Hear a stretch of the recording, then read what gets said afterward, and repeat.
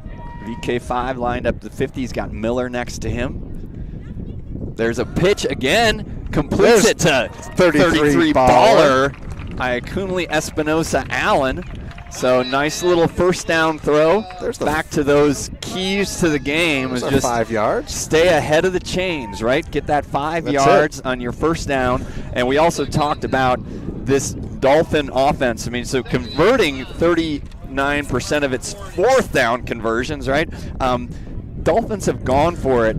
I have it written down here. 38 times on fourth down. So that's what the statistics. Ben Miller did in the Fibonacci equation there. It said go for it on fourth. So this is a territory already. Only second down now, but Dolphins are definitely going to look to use all their time.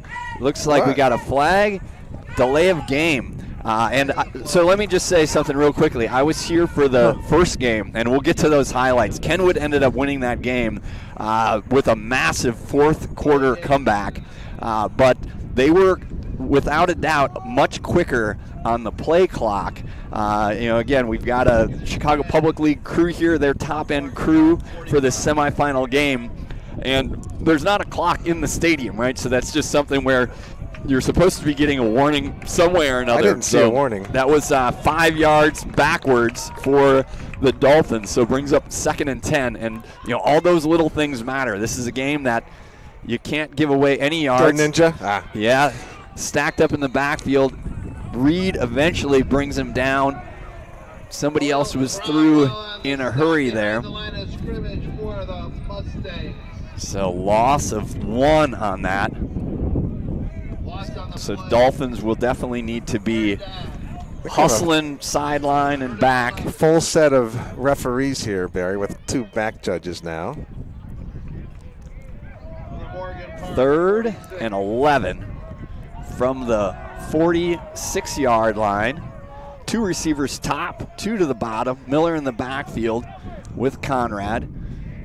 Conrad surveys it. He's got some time. Up top. Going deep to Sheldon Williams. There's a little bit of contact, but good coverage over there. Look like number 3, that was Leonard Gibson. We'll see him on both sides of the ball. He had good coverage. Also back in that neighborhood was Daryl Madison. So Madison, we mentioned, he's got the 4 D1 offers. He is also their dangerous punt and kickoff return. So that's what's going to happen here. Dolphins and Sean Miller on the punt, and he is punting into that billion-mile-an-hour wind. Dolphins punt team includes 64, Aiden Fusi. 3, The Truth, Josiah Purnell. 38-yard average on the year for Miller. He gets a nice punt. Madison fields it at the 10. Looking for some blockers. Hammer down. Whoa! Adrian Del Villar just decleated Daryl Madison at the 25-yard line. Shot out of a cannon. Del Villar. Del Villar, again, one of those 29 seniors making his impact. Del Villar's done some yeoman's work on the offensive line when he's gotten in. 54. And, big time hit there on Madison. So first, Dolphins, after I talked up going for it on 4th down, that was where that 5-yard penalty, they had a 2nd and 5 and then ended up with the delay of game penalty. And that threw them off, so Morgan Park will take over. Dolphin defense. Logan Lopez got a big mitt up there. Woo. Smith was trying to get it over to the outside to Marcus Jackson. Yeah, tried for the quick pass. Double L, another 6 inches or so. Maybe he's taken to the house. Nice job there. Good pressure off the left-hand side. Morgan Park going to go in a hurry here. So Smith, Ronald Smith Jr., the quarterback. Looks like he's got Gray to his left, 2 receivers top, 2 to the bottom. Kendall Dolphins Lyman. in a 2 safety look. Lyman Gray filling with in some as time. a corner. Uncovered Agent coverage 0. here. Whew, nice hit. Just had to get the ball out. That was Joseph Gray at the end, putting a lick on Smith, but Spellers with the initial pressure. They're going to bring up a 3rd down and 10 here. Nice job by John Spellers. Agent 0. 50 zone 25. 2 checking in the bowl. Maybe he just came from the silence. 72, Dylan Pericini. 21, the football player Joseph Gray. 11, Rayton Scottmere. Aforementioned 9, Double L Logan Lopez, outside linebacker, and 3, Josiah the Truth Pernod. All right, so just underway here. 8:21 left in the first quarter. No score. Semifinal matchup. Chicago Public League action. 3rd and long for the Mustangs. That's Smith waiting for the snap. Gives it to Gray on the inside. Agent 0-0 is your hero. No go for Gray in the middle of that line. Great job by that Dolphin defense right out of the get-go here. Looks like the punt team coming on for Dolphin Morgan Park. Punt return team also coming in, including 18, the Fox, who has blocked this year. Yeah, he sure does. They put some pressure on Peyton last week, and it looks like the block is the call right now. DuRoss is back. DuRoss had a nice return last week. It's Lucas Davis Jr. waiting for the punt. Good snap for him. Gets a punt away high, and DuRoss going to get out of the way. Mustang type of bounce, going to roll dead at the 45-yard line in Whitney Young territory, but good job by the Dolphins on that first defensive performance there. Spellers making some nice plays. Downs the ball for Morgan Park. It'll be 1st and 10 for Whitney Young. So 7:26 left here in the first quarter, just underway.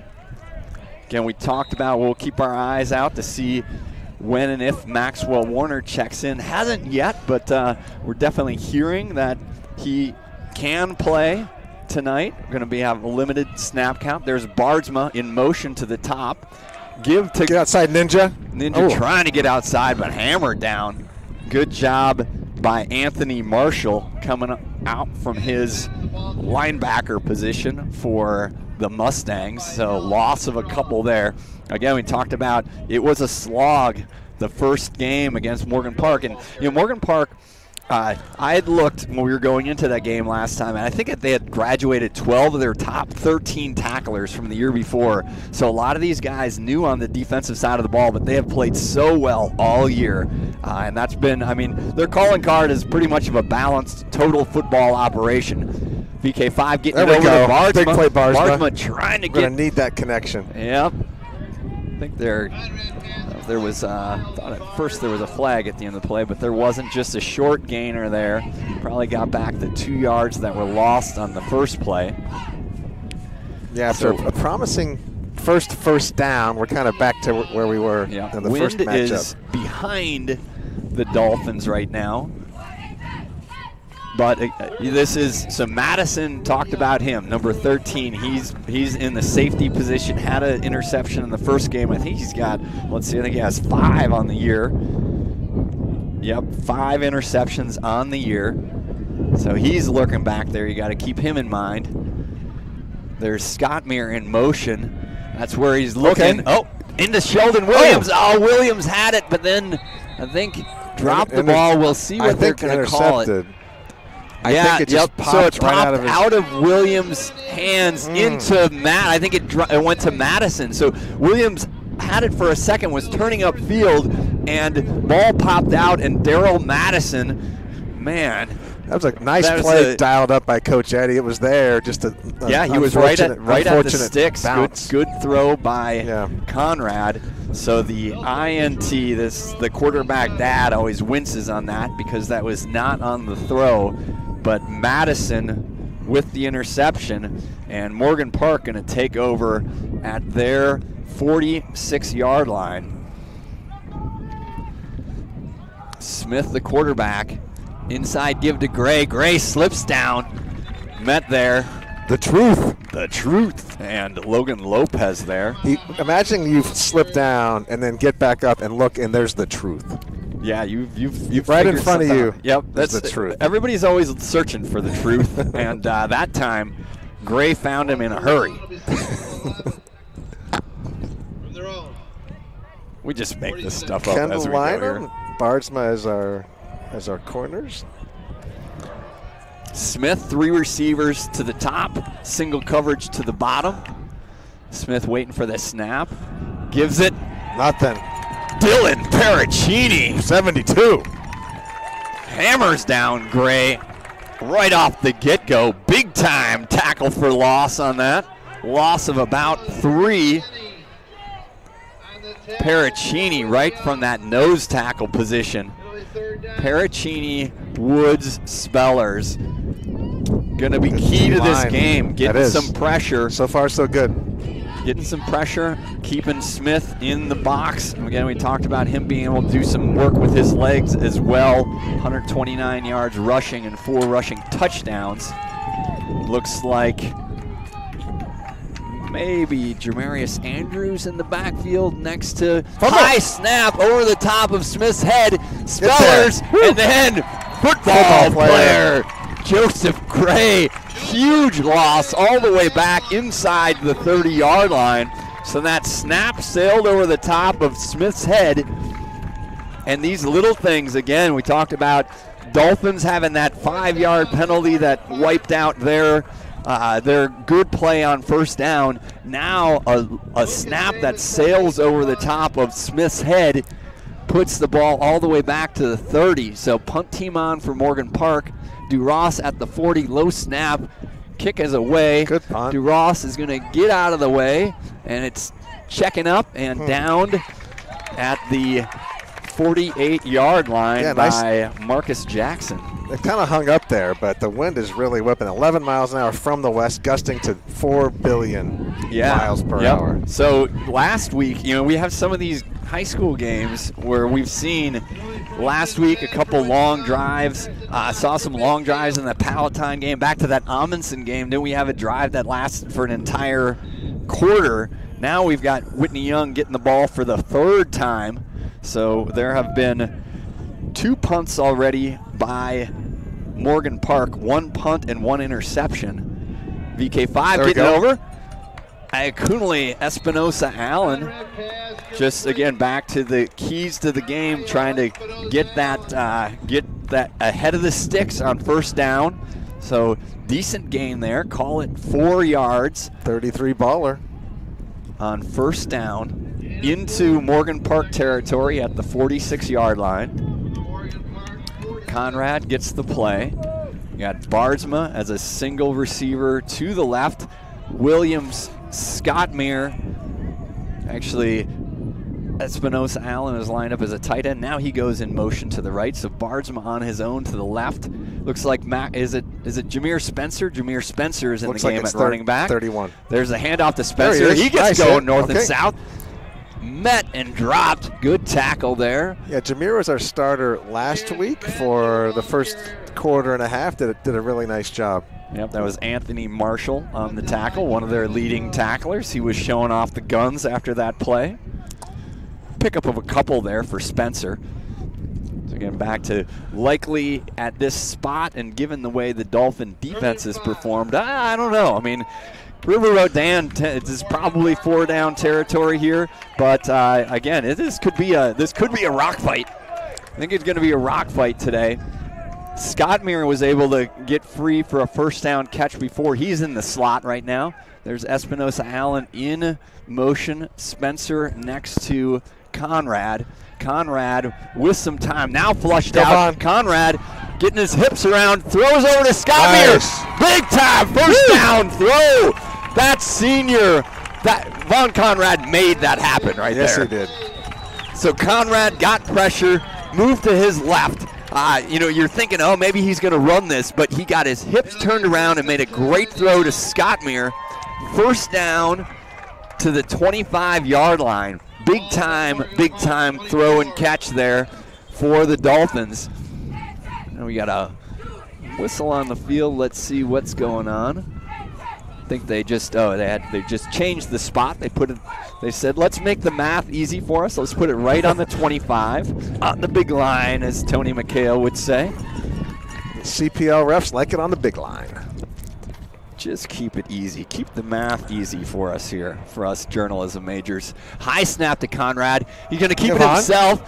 Going to get out of bounds, maybe get a couple. I think that was supposed to be a handoff to Spencer, but with the snap high, again, Conrad, using that senior experience, said, hey, I think what I want to do here is just get out of bounds and keep this drive alive here. Right on, Barry. Broken play and didn't hesitate. Picked up some yards. 1 yard. All right, 2nd down and 9. 1:03 left here in the first quarter. 0-0 Chicago Public League semifinal game here. Winner moves on to the Chicago Public League championship game next week against Kenwood. 2 receivers top, 2 to the bottom. Spencer next to Conrad. Conrad with some time, lofted it deep. Scott Meir. Scott Meir had a step down there, but I think the wind maybe just kind of got a hold of that ball a little bit. Conrad was trying to put some touch on it into the corner, and falls incomplete. Yeah, it was 3rd open down. for a bit. The wind is from the west, also from the north. Yeah, so a little northwest. We're trying to figure out. It keeps changing its mind. Right into that corner. Again, I wasn't watching field goal kickers before the game. I think we're out of Yanni Luze's range right here, so probably still in 4-down territory. 3rd and 10. Spencer next to Conrad. There's Scott Meir in motion. Get your Meir. Spencer gives up some yards on that good tackle there by number 15, Antonio Richardson. So Richardson flew through there and got the tackle for loss. We're going to... Well, so I couldn't tell. So Sean Miller is in, and Joseph Gray. So either they're going to pony backfield here on a 4th down and about 13. Conrad, so we are going for it here. Conrad getting the play. Ball at the 29. Dolphins would have to get all the way down to about the 15-yard line for the 1st down. 2 receivers top. There's Williams in motion. Now we've got a whistle. Quarter. Woo! First quarter. Action-packed first quarter here. Crisp for quarter. The Whitney Young Dolphins. So if you're just joining us, Dolphins got the ball first. Had a little bit of a drive going. Had a good gain on a 1st down into Morgan Park territory. But then there was a delay of game penalty, and backed him up and then just couldn't quite get it going. So a punt from Sean Miller there. Morgan Park, maybe a 1st down there, but Spellers with a nice tackle. They had to punt it away. Next possession, Dolphins had some things going. A pass from Conrad to Williams popped in and out of his hands. Daryl Madison got the interception. But Dolphin defense held strong. Big tackle by Dylan Pericini, tackle for loss. Morgan Park had to punt it away, and that gets us to the top of the 2nd quarter here at Hansen Stadium. If you're ever driving to Nebraska, Hansen Stadium is about halfway. Yeah, it's right next to the Platte River. As you're heading, if you're going to do a little Warren Buffett house tour, stop in here for a bathroom break and then head to Omaha. Yeah, it is. It's a rite of passage for anybody who's had kids in Chicago public schools. This is where the grade school and junior high track meets are you have a good story hosted. there. Oh, yeah. So Ellison Newman was telling, she was reminding us about how she did the 5th and 6th grade. Was it 6th grade high jump? Maybe 5th grade? Somewhere in there. Right here at the stadium. Maybe a record. Maybe set a record. Maybe not. All right. 4th down. Big time play here for the Dolphins. Joseph Gray in motion. 4th and about 15. Conrad hammered down. Ball comes out, but I think that was MJ Woods wants to keep it going. He has a touchdown. He wants another one. Yeah. So I think that was Carmelo Reed that came through. And again, Reed is a guy that can rush from the outside, inside. He's heading to Ole Miss, and he gets the big sack on 4th down. Sack by Reed, and Morgan Park going to take over on downs. So again, 0-0 here, just underway in the 2nd quarter. And these teams are both throwing some haymakers at each other. Yeah, it's a not surprisingly chin strap game rematch. All right, so looks like, again, I got to get a number. We got a different running back in. Smith continues at quarterback. Motion man to the top, 2 receivers top, 2 to the bottom. Oh, here we go. Hammered in the backfield. Somebody came flying through that. Was that Scott Meir? Maybe Rayton. Yeah, I think it was Scott Meir. The Riz God. Riz God flies through there. That was William Smith Jr., the running back. And hello to, this might be the longest. Also, I listened to a game in Dubai one time, so not as, maybe a little further. We have Jane, Riz God's mom, listening in from China. Yeah, yep. Jane, hope things are going well there. It's Sunday. We're going to try to get a win on Saturday for you. Smith, the quarterback, gives on the inside. Bears football player, Gray, hammers him down. Woo. Cleaning up on the aisle was Logan Lopez, but that was Dolphins defense. Yeah, I think that's number 16. So that's William Smith Jr. He came in as the second leading rusher for the Mustangs. 256 yards and 6 touchdowns on the year, but Joseph Gray was having none of that. Loss of yards on both these first plays here, so 3rd and long for rotating the Morgan D-line. Park. 52 MJ the Bull, All City, Woods in. So Woods, Pericini, Spellers, both Woods and Spellers on that All City team. Joseph Gray, first team on that. Rayton Scottmere on that team as well on the offensive side, but could very well have been on the defensive side as well. Dolphins looking like they're going to show some pressure off the side. Lopez drops back. Get their ball. Intercepted! Nevin Hinkle! Hinkle! 40 to the outside, to the 20, Hinkle. to the corner. Hinkle out of bounds inside the 5-yard line. Nevin Hinkle spying it from his safety position. Hinkle. Great play by 26. Putting the Dolphins in business. He was just back there reading Smith. Hinkle has just played so well the second half of this year. That sophomore 6 foot, 162-pounder puts the Dolphins inside the 5-yard line. Nice. Interception. Teammates are mobbing Nevin on the sideline. I love it. INT by Hinkle. Whitney Young. Handoff to Miller. Ninja. Miller gets a couple right up the middle, trying to run behind that UN security force. Again, Alex Oshevsky, also an honorable mention all-city guy, took over at center midway through this year and has done a great job up there. Maybe a pickup of 1 on that for Miller. Morgan Park 3. Play comes in. Von Conrad rechecking on the play. 9:30 left here in the second quarter. Again, Nevin Hinkle interception. Gets the ball inside the 5. Second down. Williams, Scottmere to the top. Bardsma single coverage to the bottom. Miller in the backfield. Get there, Give to Ninja. Miller. Miller running behind, getting behind those pads. In for a score. Touchdown, Ninja. I put it on DraftKings over half. Thank you. Nice job, Sean Miller. 4th touchdown in the last 2 weeks. Coach Finger talked on the outset about how he just runs behind his pads, and that's what he did there. Ran behind his pads, ran behind that UN security force. Dolphins on top here, 6-0. We got the doctors in. Yeah, Dr. Edwards. Dr. Conrad. Dr. Luze. On for the operation here. Big, important, every point important here. Going to be kicking this into the wind. Extra point. Conrad looking over. Coach Finger signaling something in. There's been some trickeration. We have had some fun things. Stuff. I'm not sure that you want to do that here, but Dr. Edwards jumps off sides. So I think there was trickeration involved in there.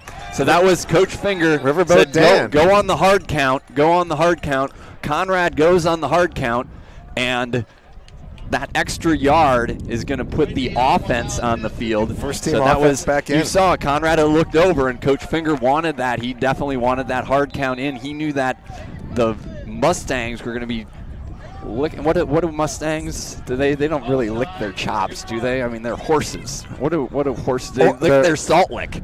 They were licking their salt lick to get that extra point. So now Riverboat Dan rolls his offense back out there. Making me think that he has a play here. Conrad, you might just be giving it to the Ninja from the I'm thinking one. a 33 ball. A lot of times some things get cooked up. Orbit motion. That's the pass back to Scott Muir. Scott Muir with the pass. Wide open in the corner of the end zone. Touchdown. 2 point. 2 point to Sheldon Williams. That's what was lined up. Yes. Scott Muir, the lefty, Coach put it Finger out there in the corner to Sheldon Williams. wrote the script for that whole sequence. Hard count. He knew he had a play. 2-point conversion. We're telling you, we talked about wins above replacement on coaching staffs, and Coach Finger, they had seen what they wanted to on film. That's a play that we've actually pulled out before. Scott Muir, wide open, Williams in the corner of that end zone for the 2-point conversion. Dolphins up 8-0 here. 9:08 left in the first half. Dolphin kickoff team. The Ninja is also the kicker. We have 26, Nevin Hinkle. 4, Jacob Wildermuth. 3, The Truth, Josiah Purnell. 0, John Spellers. That kind of, say, middle of the kickoff team does a really nice job for us. Yeah.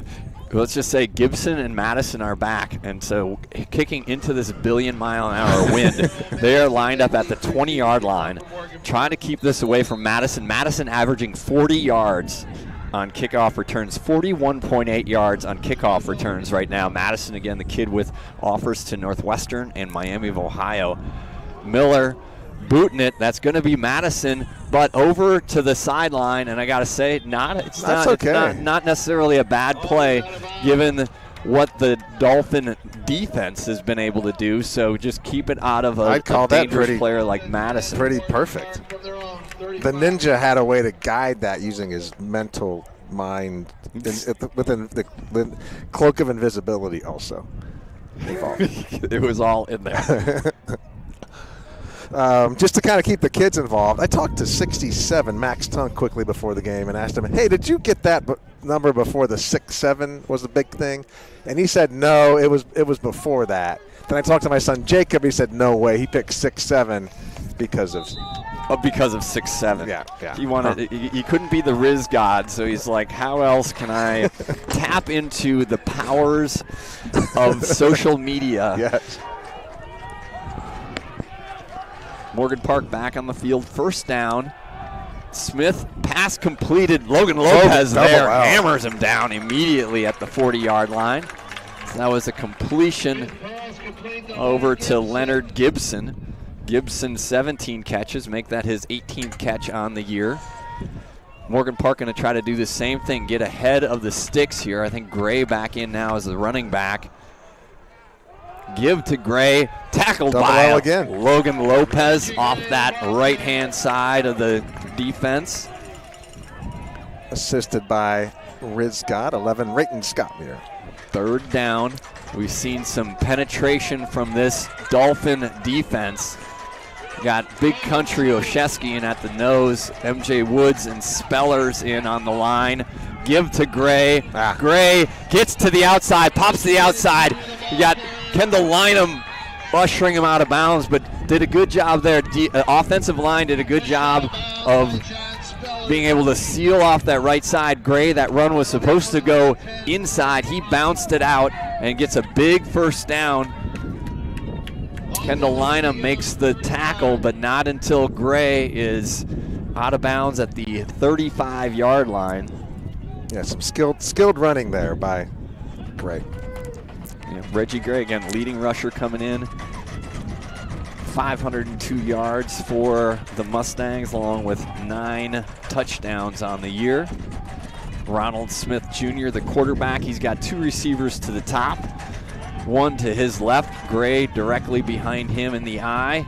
Gray with the carry, not much going on there. Picks up a few, though, where he's tackled by the Truth, Josiah Purnell and others. Again, Truth picked up an offer last week. Yeah, happy for the Truth.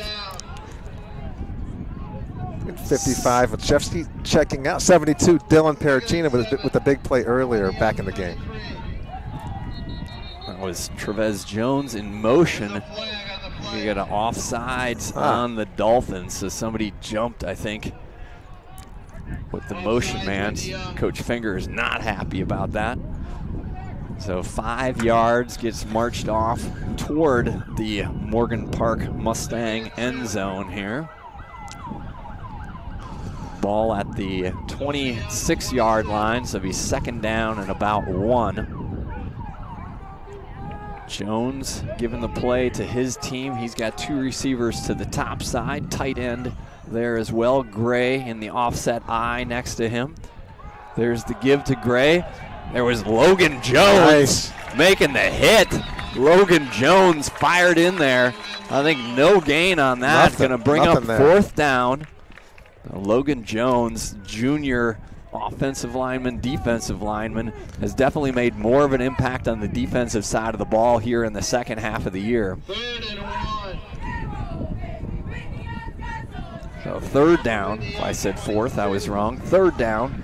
Third down. Gray still in the backfield next to Smith.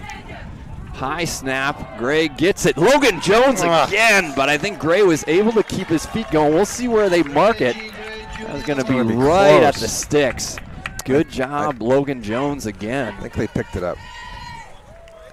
6:17 left here in the first half. So we're going to mark it right at that spot. We're going to say fourth down. Fourth down. Pericini's made a big tackle for loss already. Logan Jones with 2 stonewall tackles here. Big play. 6 minutes to go in the half. I think Morgan Park is going to take a timeout and talk this one over. Morgan Park. Timeout by Morgan Park.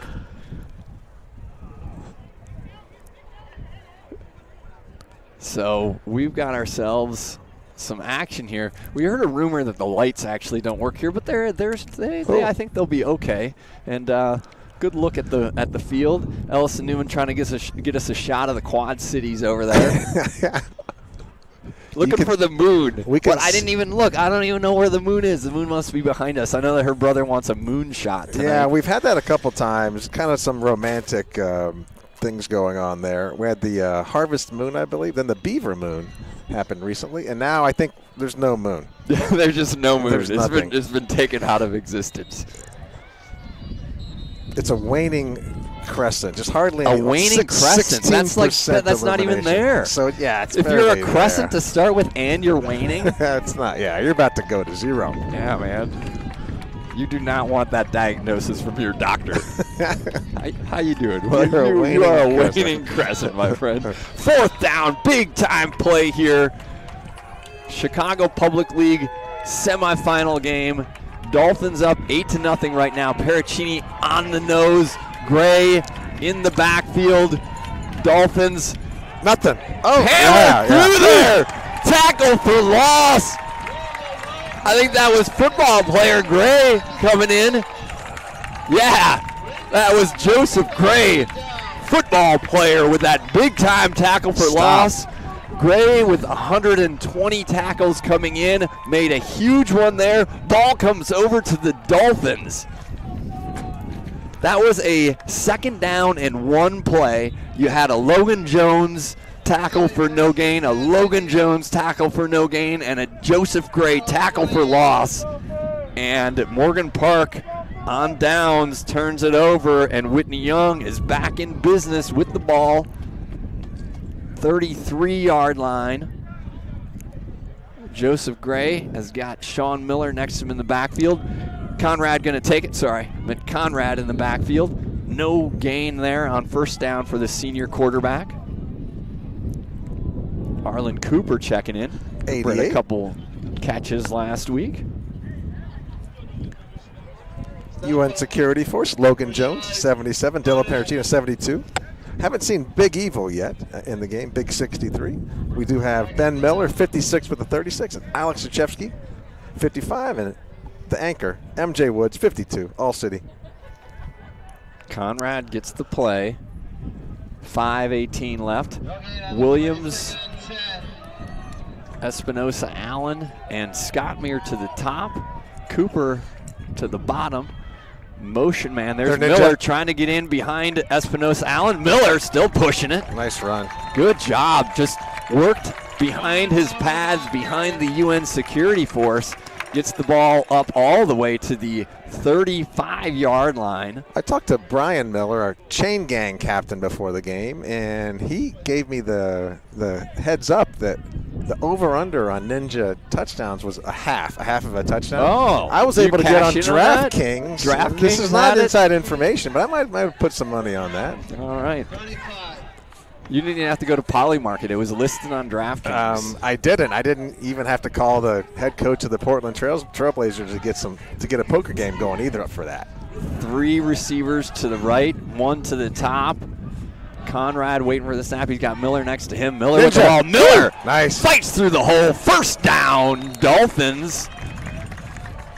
So right now, thought we'd see Maxwell Warner at some point, but Sean Miller, 97 yards rushing last week in the 3 touchdowns. He's got a tutty tonight, and now he's got a big first down here. I mean, Dolphins, you want to, kind of obvious statement, you want to keep the ball, but a lot of just get yourself on a drive here. Clock running, 4 minutes left here in the first half. Keep the chains moving. Again, Bennett Newman gave us that key. Those first down plays are big, keeping you ahead of the sticks. There's Scott Meir in motion to the top. Inside give to the Ninja again. Wow. Working his way. Nice job all the way up to the 45-yard line. He made some really nice inside cuts there. Yeah, much like last week, when the Ninja gets to that second level, his vision is impressive. Yeah, slicing his way through there for 5 yards. I was telling my friends, I'm like, we got this guy, the Ninja, he scored 3, and they're like, Ninja, like throwing stars and stuff. So maybe just to explain this to people, he is a nationally ranked, remember the show the American Ninja Warriors. That's what Sean Miller does at a national level. He's nationally ranked as the Ninja. Second down play here. Goes to the Ninja. Ninja heading north on Central. Gets his way close to a first down. Going to be about a 2nd down and 2 right now, just hammering in. That inside of that offensive line for the Dolphins. You've got Big Country Oshevsky in there. Paracchini and Woods are your inside guys. And right now, they are getting a push up the middle and keeping the drive going, keeping the clock going here. Yeah, back in, let's call it late July, Coach Finger mentioned this would be a strength of the team was the interior offensive line, and here we see it in the playoffs. Yeah, they moved MJ Woods in. He had played left tackle for his first 3 years. There's Espinosa Allen in motion. Conrad over to Espinosa Allen, just out of the reach there. So now, 3rd down, and the clock stops. Espinosa Allen incomplete. Conrad going to come over. Looks like the Dolphins are going to go for it here. Carmelo Reed, the Ole Miss bound defensive lineman, is on the right side of the Morgan Park line. Looks like we're not going to see. All right, punt team is going to come on here. So had Conrad over, and that was a little bit of a trickeration call because the defense is still out there, although Madison is the safety and he's back. He's their normal punt returner. He's back there. Miller waiting for the snap at the 35. Good snap. Ooh. Hammers Gets it off. Into the wind. Madison forced It hit him. Hey, oh. I think it hit him. It did. It hit him. It hit Madison, and that ball, Dolphins are saying it's theirs. I think, let's see, I'm trying to, the officials are calling for signaling discussion. Yeah, and they're saying it's going to be Morgan Park's ball. I'm not quite sure. I think they're saying it was downed. Illegal touching on us? I don't know. Huh. It seemed like it hit Madison first. It may, anybody at home might have gotten a better view of that, of what happened. It was sort of, it ricocheted off of 2 guys. I thought Madison first and then our guy, but if it went the other direction, then it would have been downed by the Dolphins, and it doesn't look like they're not marching any yards off here. So I think they're gonna put it, surprisingly enough, on the big line, on the 25-yard line. 2:02 left here in the first half. Morgan Park back on the field with Smith, the quarterback. 2 receivers top and bottom. Smith looking top. Oh, nice completes catch. it. Yeah, good job. Good catch over there. It's going to be pretty tough for us to see numbers, but I think that it was Leonard Gibson, and then a flag at the end of that play. So not sure.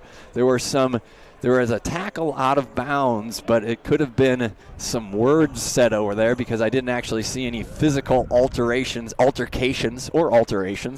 didn't physically alter anything over on the sidelines. Officials getting together and having this conversation. Maybe the Model UN type of debate, or talking about chess club over there. Could have been a chess club. They all. So it is going to be against. It's going to be against Morgan Park. So I do believe that Leonard Gibson had the pass, and then maybe had some choice words on the sidelines, and that's just that's something that you'll get flagged for. And he got flagged for it. Backs up. I think he was just reciting Park. Jabberwocky, and those words don't make much sense with the Bandersnatch and the Jub tree. I think that's what he was saying. Yeah, or Clockwork Orange. Maybe it was Clock. Maybe that's he got more into R-rated. Yeah, because I mean Morgan Park, they have those. I mean, Clockwork Orange, you got to sort of work that in. We did. This is the battle of that's no segue there, but the battle of the astronauts in this. It game is the again. battle. Yeah. Joan Higginbottom from Whitney Young and Mae Jemison from Morgan Park, first 2 African-American women in space. There's a ball up in the air. Great coverage over on the side by Logan Lopez. They're trying to get it to Gibson over on the side. Step. Yeah, and Smith hung it up there. Again, they have got the wind behind them right now, but really good coverage on Lopez. And clock stops, 1:51 here. Dolphins have all 3 of their timeouts. Ball at the 20-yard line, second down. At least that's what is on the sticks right now, second down. So I think that I'm not quite sure on that penalty because that was a first down play. Whatever. It's second down and long. Smith, the quarterback. 2 receivers top and bottom. Smith looking to the left. Pressure on. Oh, nice wow. catch. Great catch down the middle of the field. That was Trevez Jones hauling that in.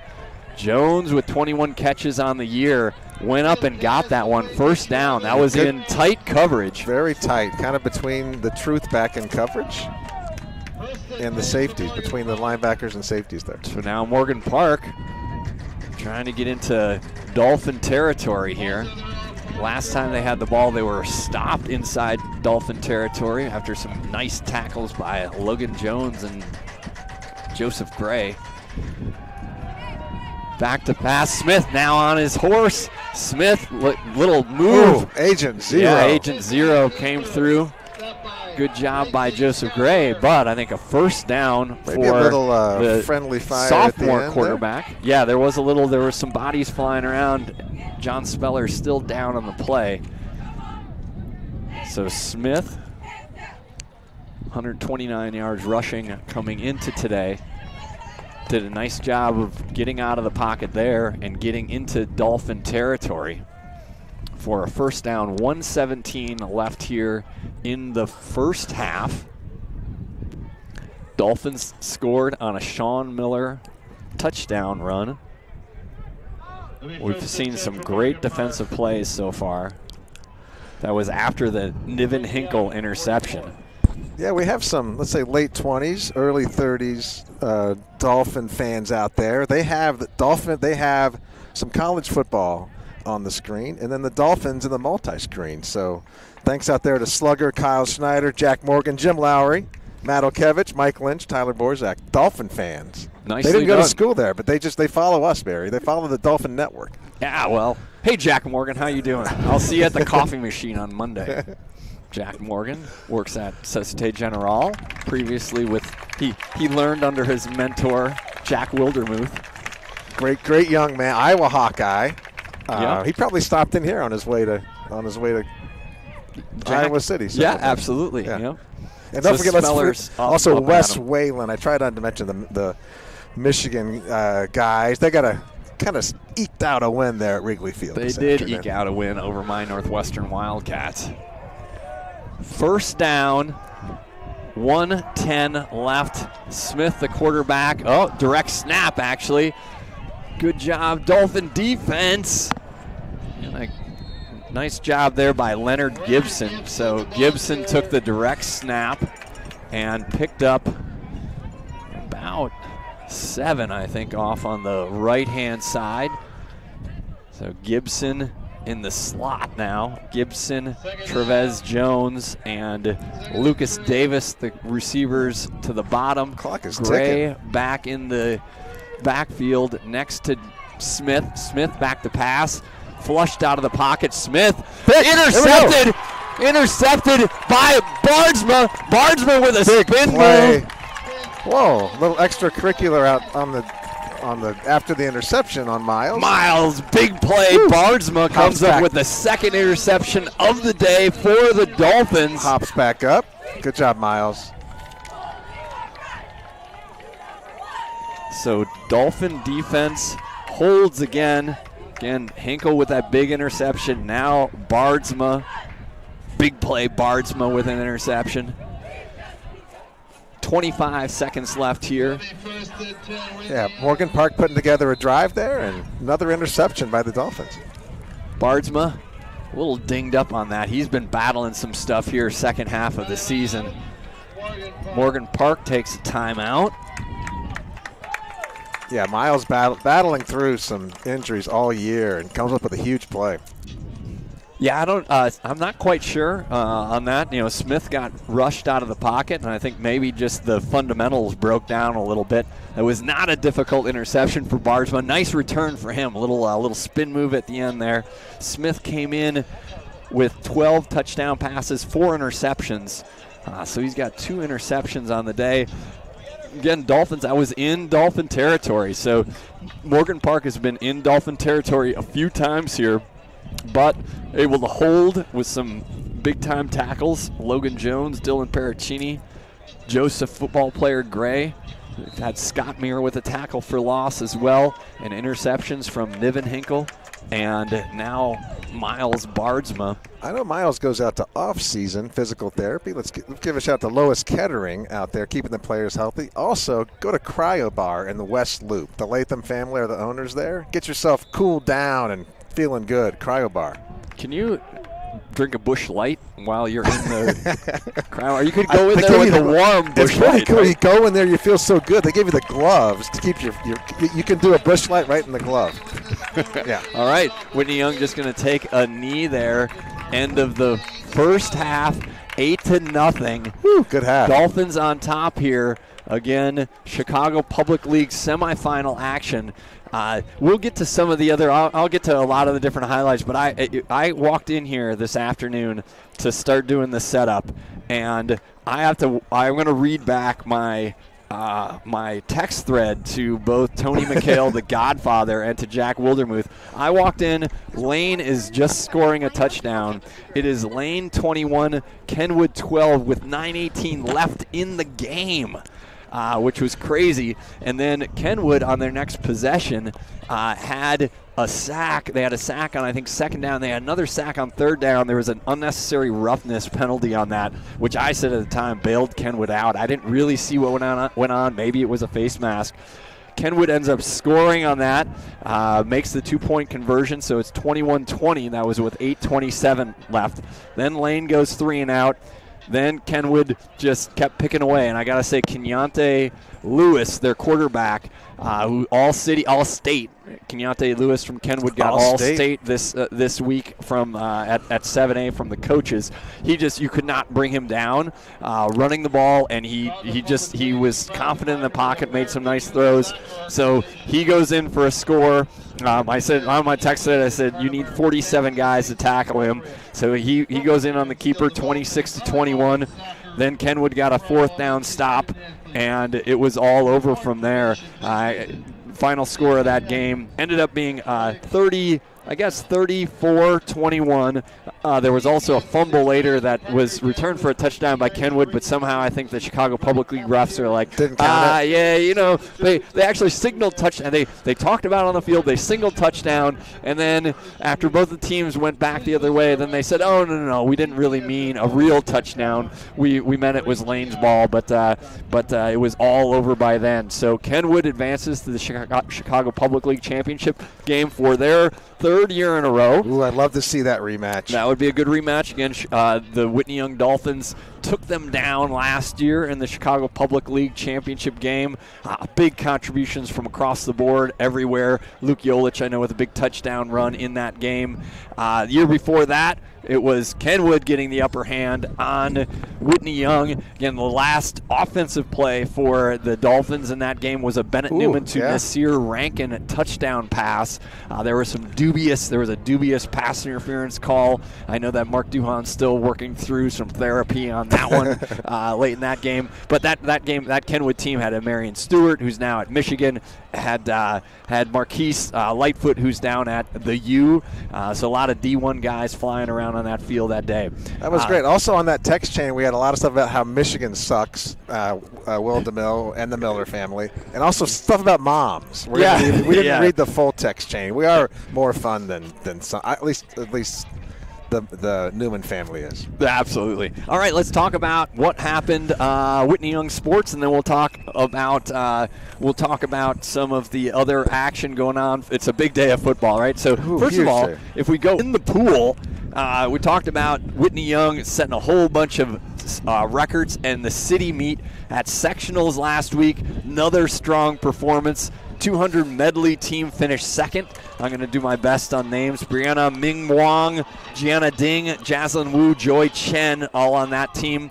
200 IM, Joy Chen finished first. 100 fly, Brianna Min Wong finished second. 100 free, Sophie Chin took third place.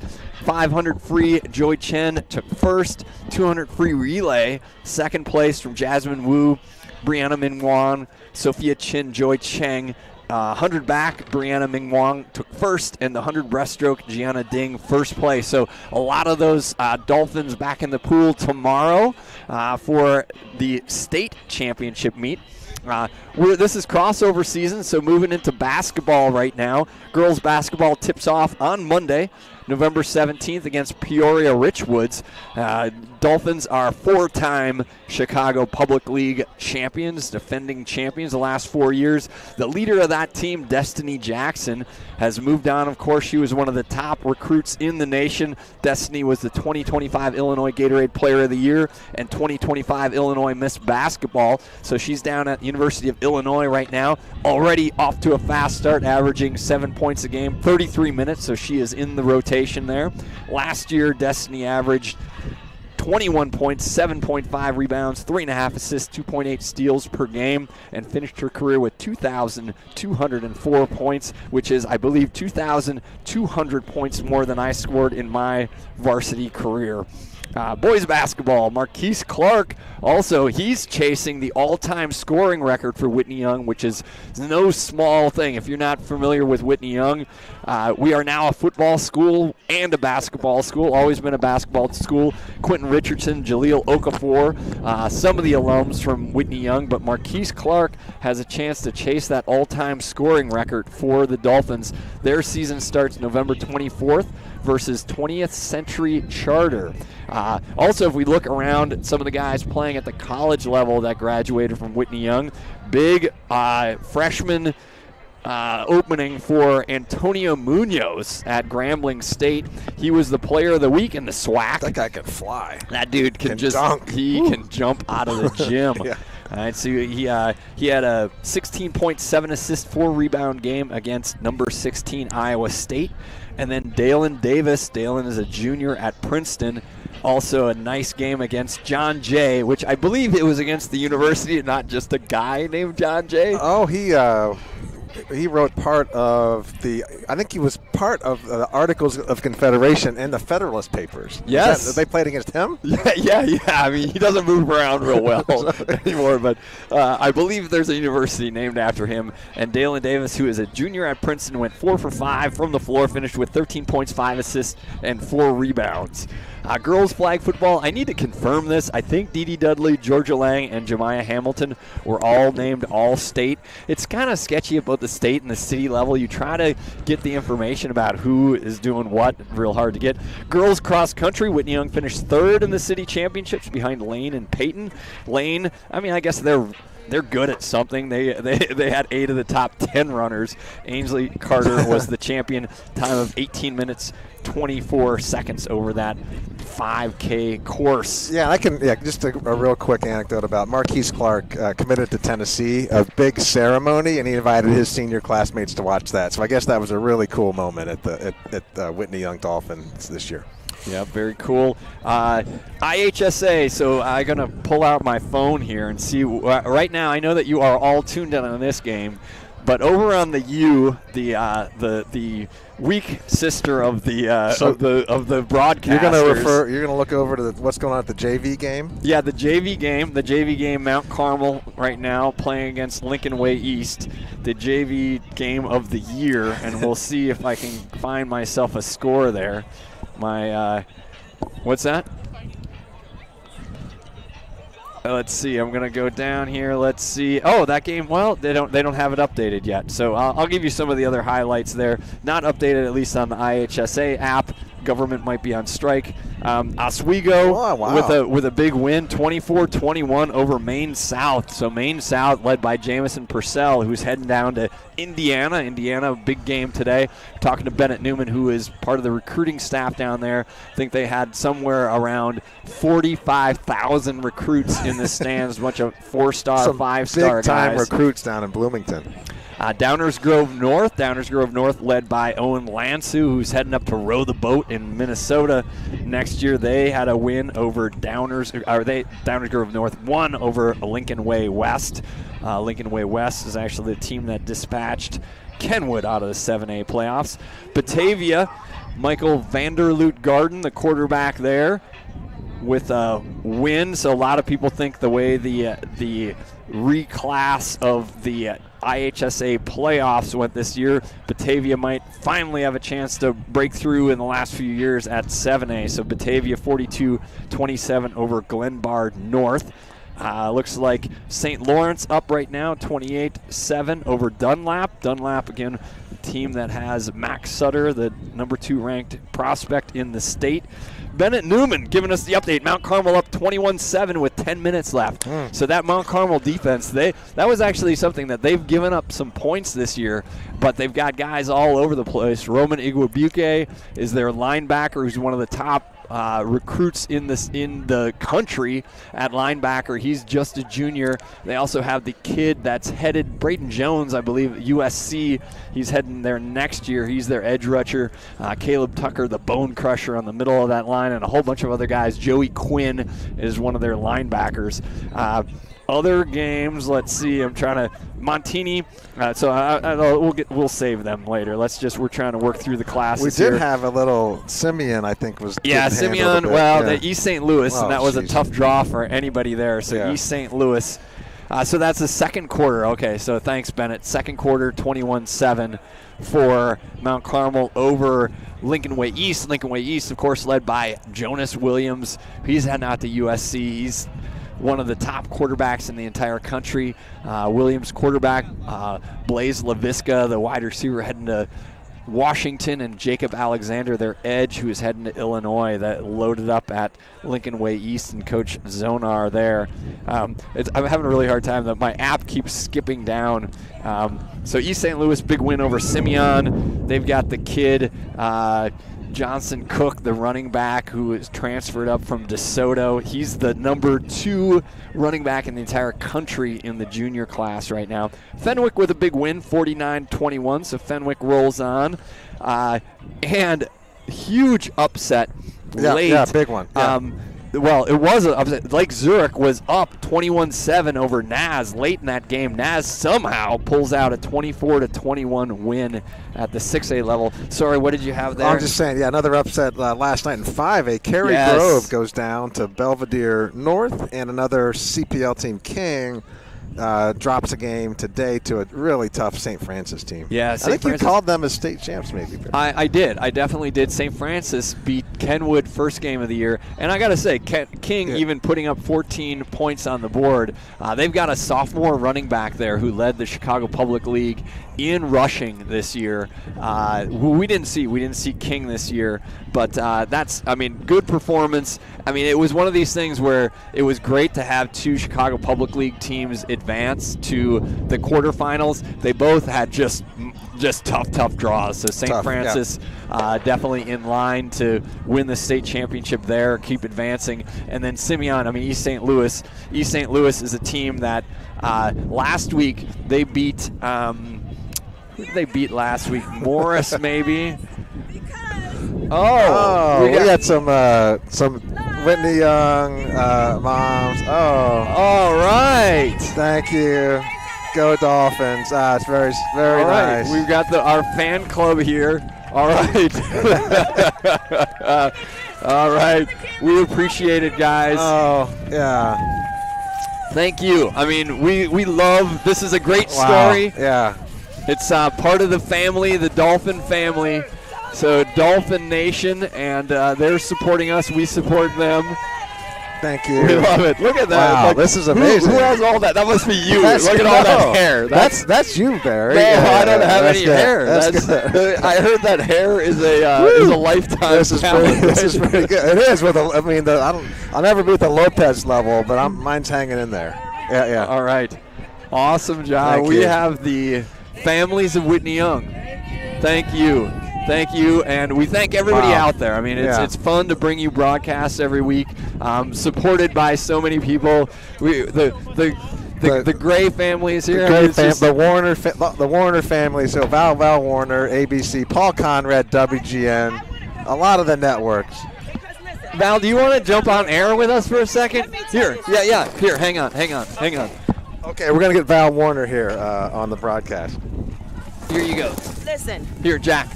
Oh, there we go. We're live here, too. We are live, and you know what? From all the Dolphin moms, dads, families, and from somebody who understands the microphone and talking for a long time, thank you for broadcasting these games in the way that you all do. People don't understand. It takes a lot of work to prep for these games. Every game, you guys know about the opponents. Of course, you know the Dolphins, but you research the opponents. You're able to speak to everything. And for those of us who don't know anything about the opponents, that's knowledge, that's information. What you don't know, I go home and watch your broadcast every Sunday, top to bottom. That's great. Every Thanks, Sunday. Val. Yeah. Max and I sit on the couch. It is tradition to listen to you guys call the game, for us to stop, see what we did right, what we did wrong, and also to learn about who we're playing and who we're going to play next week, because you guys know that. So thank you. Thank you, Val. Thanks, Val. Yeah. And listen, from my 85-year-old mother who can't come to games, this is her life. You guys give her life. You guys allow her to see her grandson. Yeah, I was bummed because I missed the shout out for her birthday. It was a few weeks ago. Yes. I had seen that on social media, and I had written the note, say happy birthday to Val's mom. So Yes. I know I'm like 2 or 3 weeks late here, but happy birthday. Miss Jackson is watching, and she is outside. I know you think I'm Maxwell's #1 fan. I don't think I'm his #1 fan. It is Miss Diane Jackson, who was there from the time he was born, who watches every game, and she just loves you all. So thank you so much. Well, we appreciate it, and we just love being part of the family, right? The Dolphin family and everything that Coach Finger has put together. And it's a program that does it right. It's a coach that does it right. And to have families that support it, that's why we do this every week, because we know what it means, you know. You can't retire, right? There's no retirement talk in the works, is it? There's no retirement talk in the works. I mean, well, listen, I'm going to have a lot of time on my hands soon. Yeah, you will. I mean, I don't know if I study up a little. Maybe I can just be color commentary. Absolutely. Because I don't, according to my son, know the game. But perhaps I can just add a little flavor. If you actually listen to us, I mean, there's a whole lot of things that we're just kind of making up. So I mean, the football stuff that we say is all real. Everything else is sort of unscripted, and we're just doing whatever we do. But that's where I'm giving you guys the props, because I do understand what it's like to just ad-lib and fill empty dead air and space. And that's what people do. That's when you know you're good. Anybody can read a prompt or read a script, but when you got to fill dead space, you guys are great. We get theater, 80s alternative, Yeah. Chicago history. Yeah. All right. I'm going to go back to cheering. Right. I'm going to leave the real work to you guys. Thank you. We love you so much. All right. Thanks, Val. We always remind people, if you the New Year's Eve broadcasts, you definitely want to join Val Warner for those things. Oh, special. Okay. All right. That was Val Warner, ABC. New Year's Rockin' Eve, Chicago. Rockin' Eve, absolutely.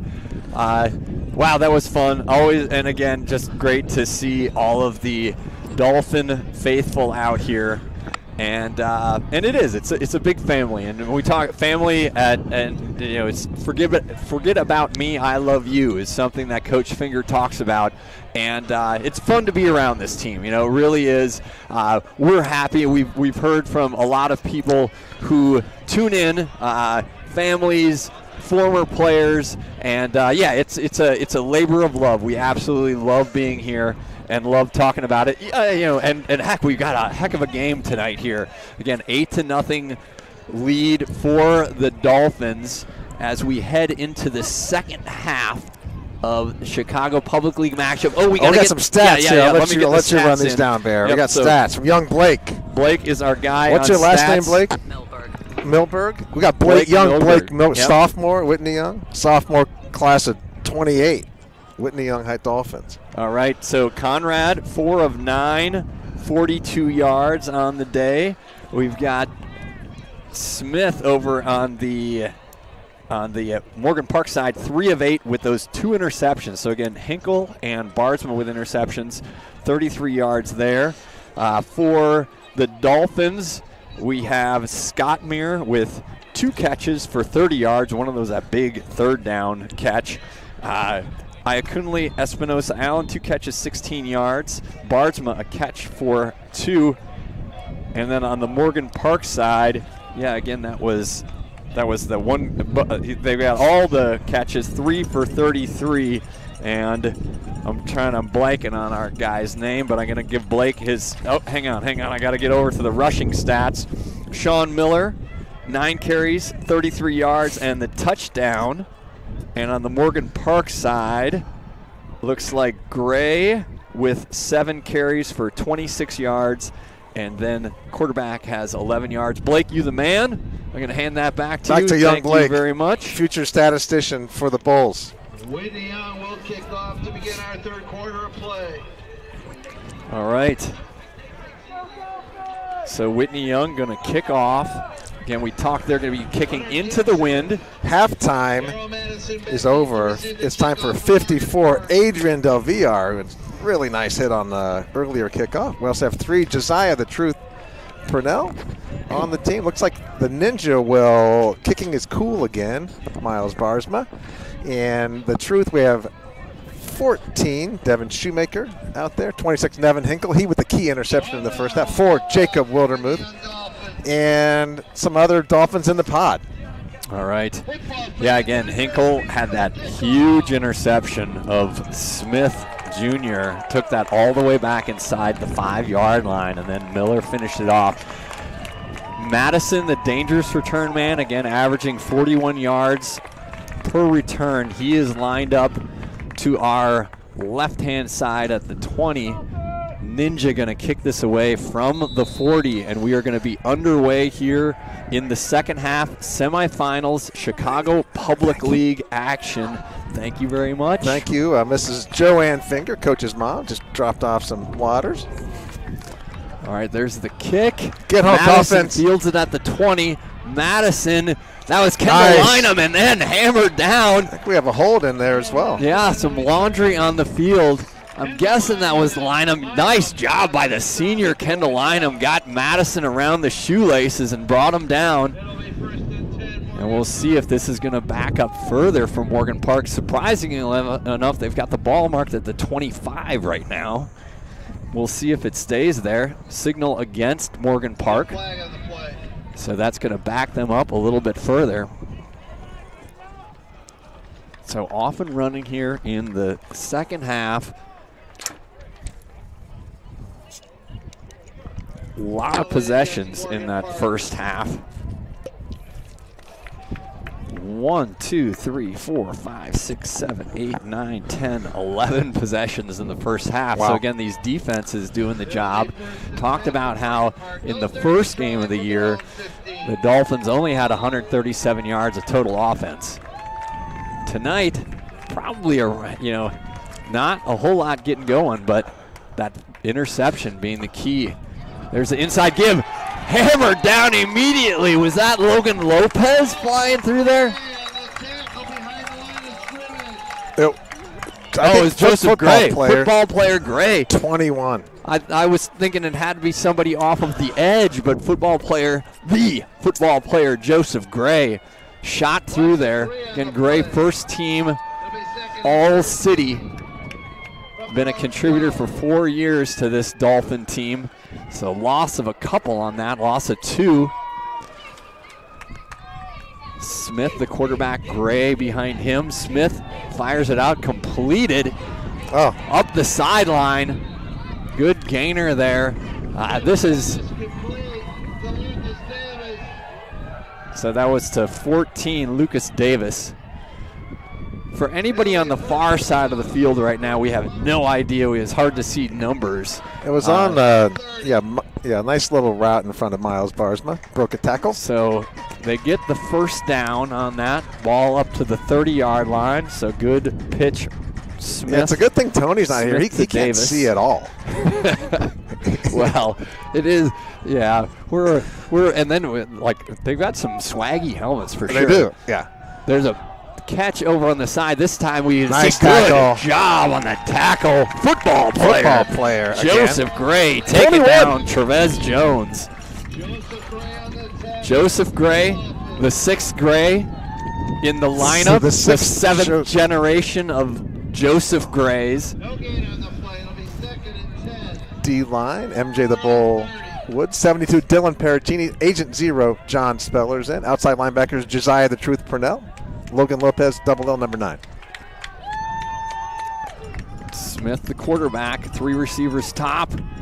Looking that way. Zings it. Good job. Completed. Ball is out. So ball is out, and let's see what they mark. Dolphins ball. Dolphins ball. Dolphins ball. Rizgod coming up with the fumble. I'm not sure who was on the hit. Looks like the Truth is getting some congratulations on the side along with Niven Hinkle. So that was a completion. Smith rifled it in there, but receiver was not able to hang on and put it away. Ball comes out. Dolphins in business in Morgan Park territory at the 41. 2 receivers top, 2 to the bottom. Ninja in the backfield. Ninja with the ball. No, Conrad keeps it. VK5. Good job reading that defensive end on that side. VK5 keeping it. Not much going, though. Gets back to the line of scrimmage. Good tackle out there by Nathaniel Verrett, outside linebacker, senior for the Mustangs. So pickup of, I call it 2-yard pickup. Ball at the 39-yard line. I think the wind's picking up. I think it was 2 billion miles an hour, sometimes from the north, sometimes from the west. Now it's 2.2 billion. Knots. Knots. Don't tell Paul Conrad and the Conrad family singers I said miles per hour. 2 top, 2 bottom. Ninja in the backfield. Scottmere in motion now to the top for VK5. Waiting for the snap. Snap comes looking right. Arlen Cooper just a little bit wide, just a little outside to the sophomore wide receiver. But outside, the UN security force holding up quite well this game. Third down and just underway here in the third quarter. Dolphins getting the turnover of Morgan Park, the third turnover of the day. 2 interceptions and now the fumble recovery. 8-0 Dolphins. See if they can keep the chains moving here. Be nice to put some more points on the board. Again, 1-score game right now, 8-0. 2 receivers top. Here's in motion to Scottmere. Ninja going to be tackled in the backfield. Sean Miller, the ball carrier, brought down. Looks like. Yeah, early penetration. I think the Ninja did a nice job of holding on to the ball there. Antonio Richardson, yep. And Richardson was in there to start with, and then I think Anthony Marshall at the end. So Dolphins going to punt this away. And Dolphins haven't punted that much this year coming into last week. I think 7 punts total. Really nice job last week and this week punting. Yep. Did not jinx this at all. Yeah, exactly. Madison, the dangerous returner, is back at the 15. Whistles blow. False start on the Dolphins. Emphatically, the Broncos players messaged by number 52 just to make sure. Khalil Cromwell just wanted to make sure that we were aware of the 5-yard penalty. So Chris James, head coach of the Mustangs, against Dan Finger, coach of the Dolphins. Low snap, fielded by the Ninja off the hop. Nice job, Ninja. Madison comes up, and he's going to field it at the 15. Going to search for the outside. There's Del VR. And so Madison looking for blocks. Hammered down, but not until he gets across the 40-yard line.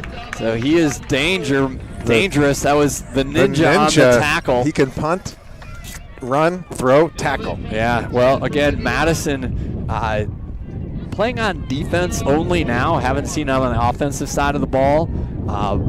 Kick returner and defense. I mean, that's why he's already piled up a bunch of Division I offers. Ball comes back to Morgan Park now. So Dolphins didn't pick up a whole lot on that. Madison with the big return. Now a flag. But have a relatively clean game so far. I think that's going to be against Morgan Park. So false start on Morgan Park. 8:20 left. Looks like we're able to sneak some cowbells into Hansen Stadium here, Barry. Yeah, maybe the security isn't quite as maybe a little more lax than what they are. Always interesting. Gately. 3 receivers to the left. Give to Gray. Gray working his way. Good pickup for the senior running back, Reggie Gray. Gray gets back that 5-yard penalty and a couple more. 5 and change there. Looks like bringing up a 2nd and 8. Morgan Park going to go fast here. 3 receivers to the left, 1 to the top side. Now in motion. Give to Gray. Gray working his way across for a first down. Tackled by Joseph Gray and Nevin Hinkle. So Morgan Park going to stay in that tempo right now. MJ the Bullwoods checks in for 77, Logan Jones. Yep, they're seeing a little bit, just giving those quick hitters up the A-gap for Gray. There he goes again, that time tackled by Scottmere. Rizgod brings him down, picks up a couple on it. We saw Morgan Park in the first game having success running through the interior of their line, and hopefully MJ can put a stop to that. Yep. Getting some fresh bodies in there, big country in there for Paracchini right now. 2nd down and 8. Morgan Park into Dolphin territory where they were a few times in the first half, but some big-time defensive plays for the Dolphins turned them away. Smith getting the play from the sideline. He's got Gray next to him, 3 receivers to his left. Smith with the snap, looking left, looking deep. Good coverage out there. Logan Lopez and Hinkle back in the coverage. Actually, DeRoss back there. 7. So the safeties. DeRoss. Safeties back in coverage. Smith pass falls incomplete. Brings up 3rd down. 3rd down, ball at the 40. Here we are at Hansen Stadium on the west side. You can see the Rocky Mountains from here, just over the city lights of Omaha. 3 receivers left, single to the top. Gray next to Smith. Smith waiting for that snap. Smith getting over. Just out of the hands. That was a ball that Lucas Davis should have had. A little bit behind him. Where Smith has been effective, where we've seen them effective tonight, has been that quick passing game. So he's been able to hit Davis a couple times, and just those quick in routes. That one, I do think that he should have had, but maybe a little bit behind him. Brings up a 4th down. Yeah, big 4th down. Morgan Park going to keep their offense out there in Dolphin territory. I think they're going to call a timeout here. I think, yes. Morgan Park taking a timeout. I did not reset the timeouts because these are things I don't think about during halftime, but timeout for Morgan Park. 8-0. Again, winner of this game advances to the Chicago Public League Championship next week against Kenwood. Kenwood and All-State quarterback Keontae Lewis. Keontae Lewis, again, when you look at that guy's stats, pretty crazy. You know, literally his stats are the stats of Von Conrad plus Maxwell Warner combined. And so he's put up some big numbers for the Broncos, so they will be waiting in the Chicago Public League Championship. I'm guessing that's next Saturday, and then the winner of that game moves on to the Prep Bowl. Yeah, I saw Ignatius played this weekend and beat Leo, so they're running some kind of bracket over there on the Catholic side. All right, 4th down play here. Big time play. See if MJ Woods, Paracchini, and Spellers can put some heat on Smith. Smith, the sophomore quarterback, empty backfield. Smith looking left. Smith wings it high over the top of number 23, Kenneth Sims. And ball comes over to the Dolphins. Joseph Gray, such a nice guy. Do you see that? Yes, I did see that. I think that Kenneth Sims maybe lost a piece of equipment or something, and Joseph Gray, that's the way the Gray family is. That's how they've been raised. That's how, for 7 generations. Raised the right way. Yeah, interesting. We had both 2 receivers running the same route there, and it didn't hit. 40-yard line, Dolphins take over, so defense again holds on a 4th down in Dolphin territory. There's the give to the Ninja. Nice spin move on the inside. Run behind those pads, Sean Miller. Interior offensive line. Paracchini, MJ the Bull, Woods. Nice blocking. Dolphins gonna take their time, I think, on some of these play calls. 6:17, still plenty of time left in this game. 1-score game, 8-0. Again, talk about the run by Sean Miller, but then that 2-point play. Again, the Dolphins went on the hard count on the extra point, got Morgan Park to jump off sides, and then a Scottmere trickeration pass to Sheldon Williams for the 2-point conversion. There's Scottmere in motion. Ninja with the ball. Ninja hammered in the middle of the line. Got maybe 1 on that. Yeah, big play here to the Bennett Newman, keys to the game, picking up 7 yards on 1st down. Sets up a manageable 3rd and short downs. And Riverboat down Dan, maybe 4 downs. Yep, exactly. Inside guys right now, Jordan Thompson, he made a bunch of big plays in that first game. Scario Jones also in there, I think. 3rd down, Conrad over just behind Sean Miller. So just out of the reach of the Ninja. Maybe a little quick. Didn't quite get his head around. Yeah, there's something there. Punt team is coming on here again. into the wind. So we saw Madison with a nice return on the last time he touched the ball. Miller gonna be standing at about his 35-yard line. Madison at the Morgan Park 30. And we got a trick play going on here or something. Punt team runs back off. Offense runs back out. 4th down and 2. 4th down and 2. Gonna go in a hurry here, see if they can get a run. Conrad waiting for the snap. Conrad to Miller. No, Conrad with a pass. Yeah, oh, yes. Goodley. 33 Baller. 33 Baller. Coach Finger dialing up River. Dan Finger. Scripts another one. Scripts another play. Now we're gonna go fast again. Back to the line. Into Morgan Park territory at the 39. Scottmere in motion. Now Von Conrad says, let's cool it down a little bit. Clock running, 4:50, big time 4th down conversion there. Give to the Ninja. Ninja through the line. Cross the 30-yard line, close to another 1st down. Ninja, 1st down. Just running behind the inside of that UN security force. Oshesky, Pericini, Woods.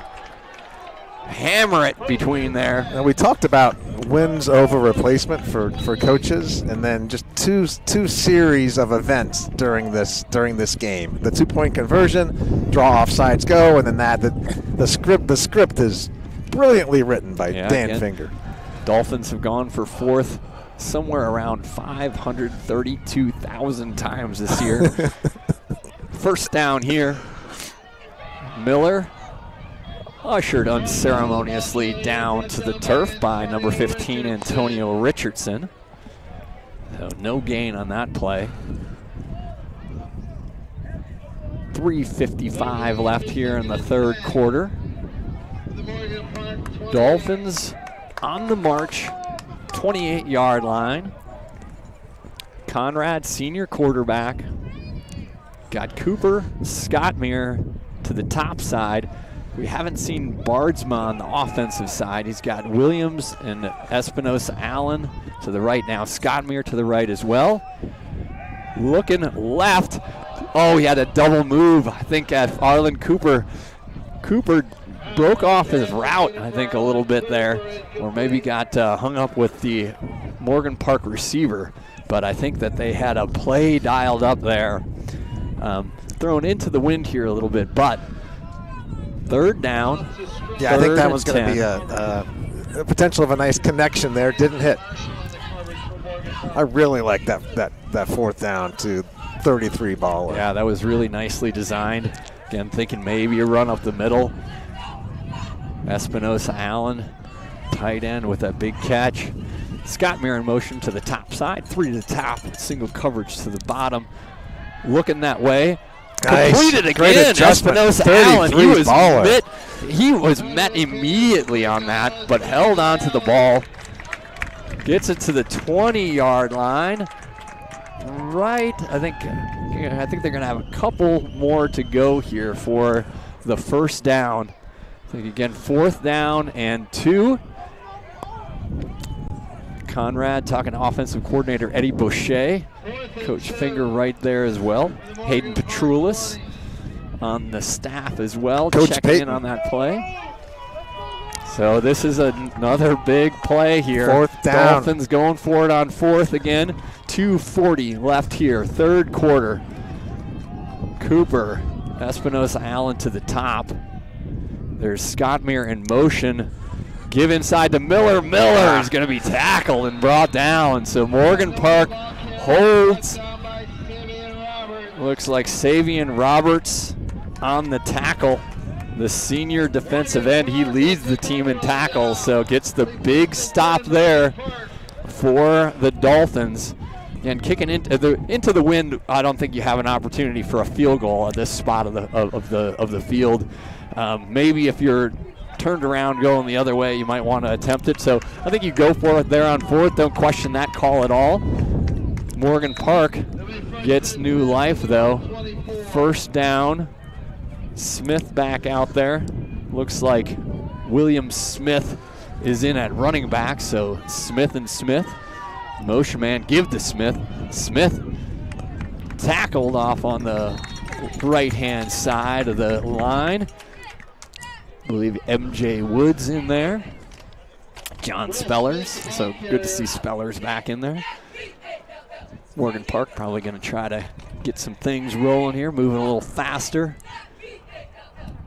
Whitney Young cheerleaders out in effect. 11 Dolphin cheerleaders, always looking precise. Absolutely looking precise. 2 receivers top for Smith. Single to the bottom. I think it's Kenneth Sims. Yep, Sims to the bottom, locked up in one-on-one coverage with Lynham. Smith waiting for the snap. Gives it to Smith, picks his way up the middle. Ooh. Still on his feet, across the 40-yard line. First down for Morgan Park. So good job, got a cut in the middle and then just kept his legs going. Oh, it was actually Leonard Gibson. So Gibson, who had run out of the Wildcat earlier. Looks like we've got Kendall Lynham down on the field right now. So Sam, the trainer, coming out to check on him. Hopefully just a cramp. Yeah, so we talked about on the open, we thought that maybe we'd see Maxwell Warner, SEC bound running back, but again, he had that high ankle sprain against Palatine, or lower body injury against Palatine. Don't give away the injury information, or is it a HIPAA? Yeah, I don't know. It's all wrapped up in there. Sorcery. So I know that he's been working his way back. We've seen him out on warm-ups for both last week and this week. So not sure if maybe that snap count that was discussed is going to be a fourth quarter snap count. Bardsma back out on the field defensively. Again, he's been dinged up. I mean, it's once you get into, what are we in, week 12? You get battered around a little bit. Pantoja checks in at the safety spot on that side. So Brian Pantoja, 14. Senior. Shoemaker in at the corner. All right, Smith. Wow. Yep, jet sweep Didn't around the see side. Pantoja was able to push Jones out of bounds. Yeah, some eye candy in the backfield there. The nice hit to the outside by the Mustangs. So I think that was Trevez Jones on the carry.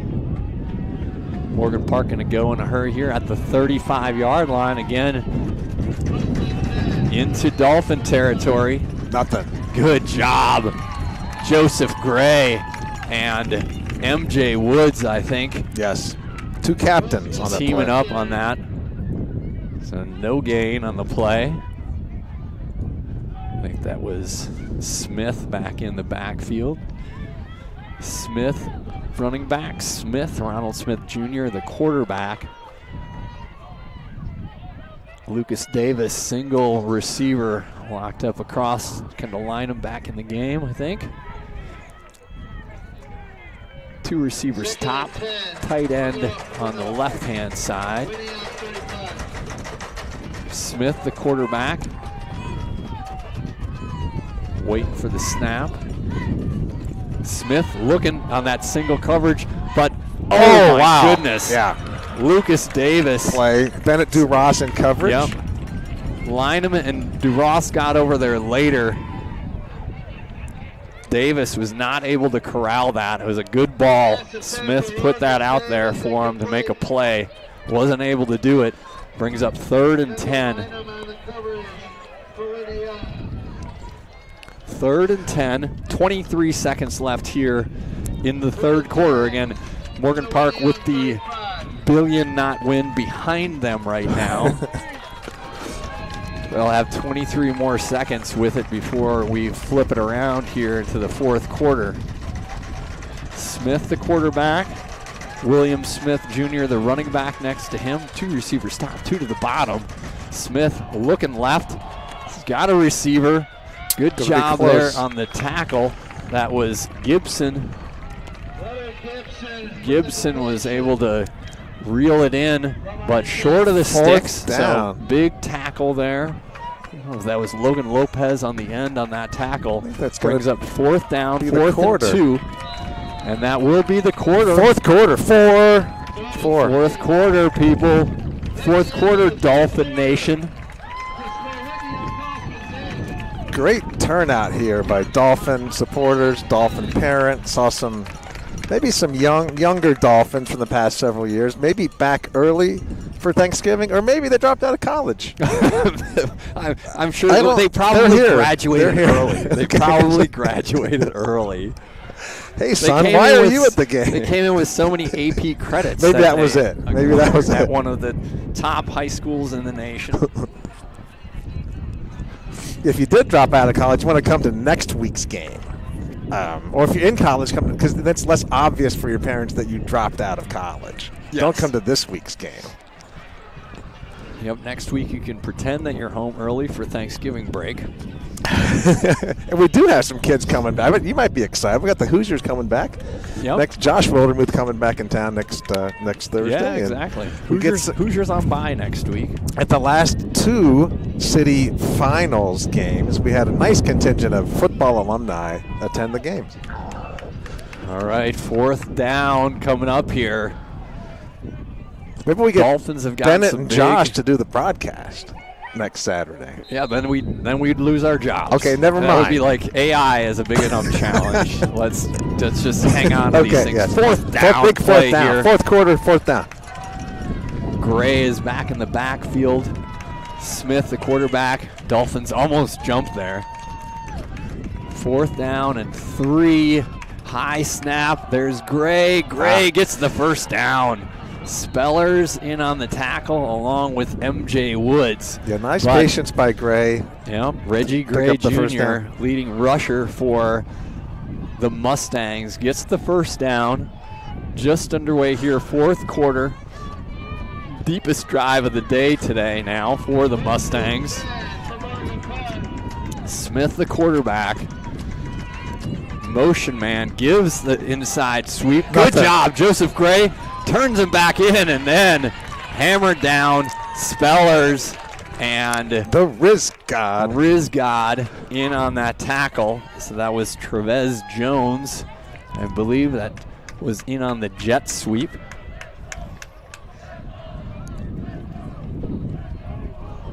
William Smith Jr. checks in, junior running back. He's going to the slot. Corner, so empty backfield. Cramping a bit. 3 receivers top, 2 to the bottom for Smith. Smith has been dangerous with his legs a little bit as well. Dolphin defense trying to hold here. Dropped pass. Smith again put one right on the money. Got in the soft spot of the Dolphin zone defense. And Gibson not able to put that away. 3rd down. 3rd down, 10:50 left here in the semifinals of the Chicago Public League rock fight between the Morgan Park Mustangs and the Whitney Young Dolphins. Chris James, head coach of Morgan Park. Again, Morgan Park lost to Kenwood earlier this year, their first Chicago Public League loss since 2022. Dolphins coming up. 3rd and 11. Smith looking down the middle of the field. Oh my God, almost an incredible one-handed catch. I don't know. But yeah, it was to Gibson. Gibson again, he couldn't, that one he almost made an incrable one-handed catch on. Actually, now they're saying touchdown. Oh, hold on. Never mind. Did he have that for a second? I didn't see. I think maybe he had it, but he didn't pull it in, right? He wasn't able to pull it in, so it's going to bring up a 4th down play.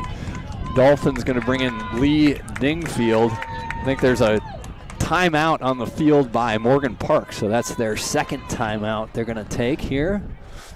4th quarter, 10:44 left here on the west, as far west as you can get in Chicago. For anyone who's not been to Hansen Park, you get on Fullerton at the lakefront and keep driving until you see the Rocky Mountains.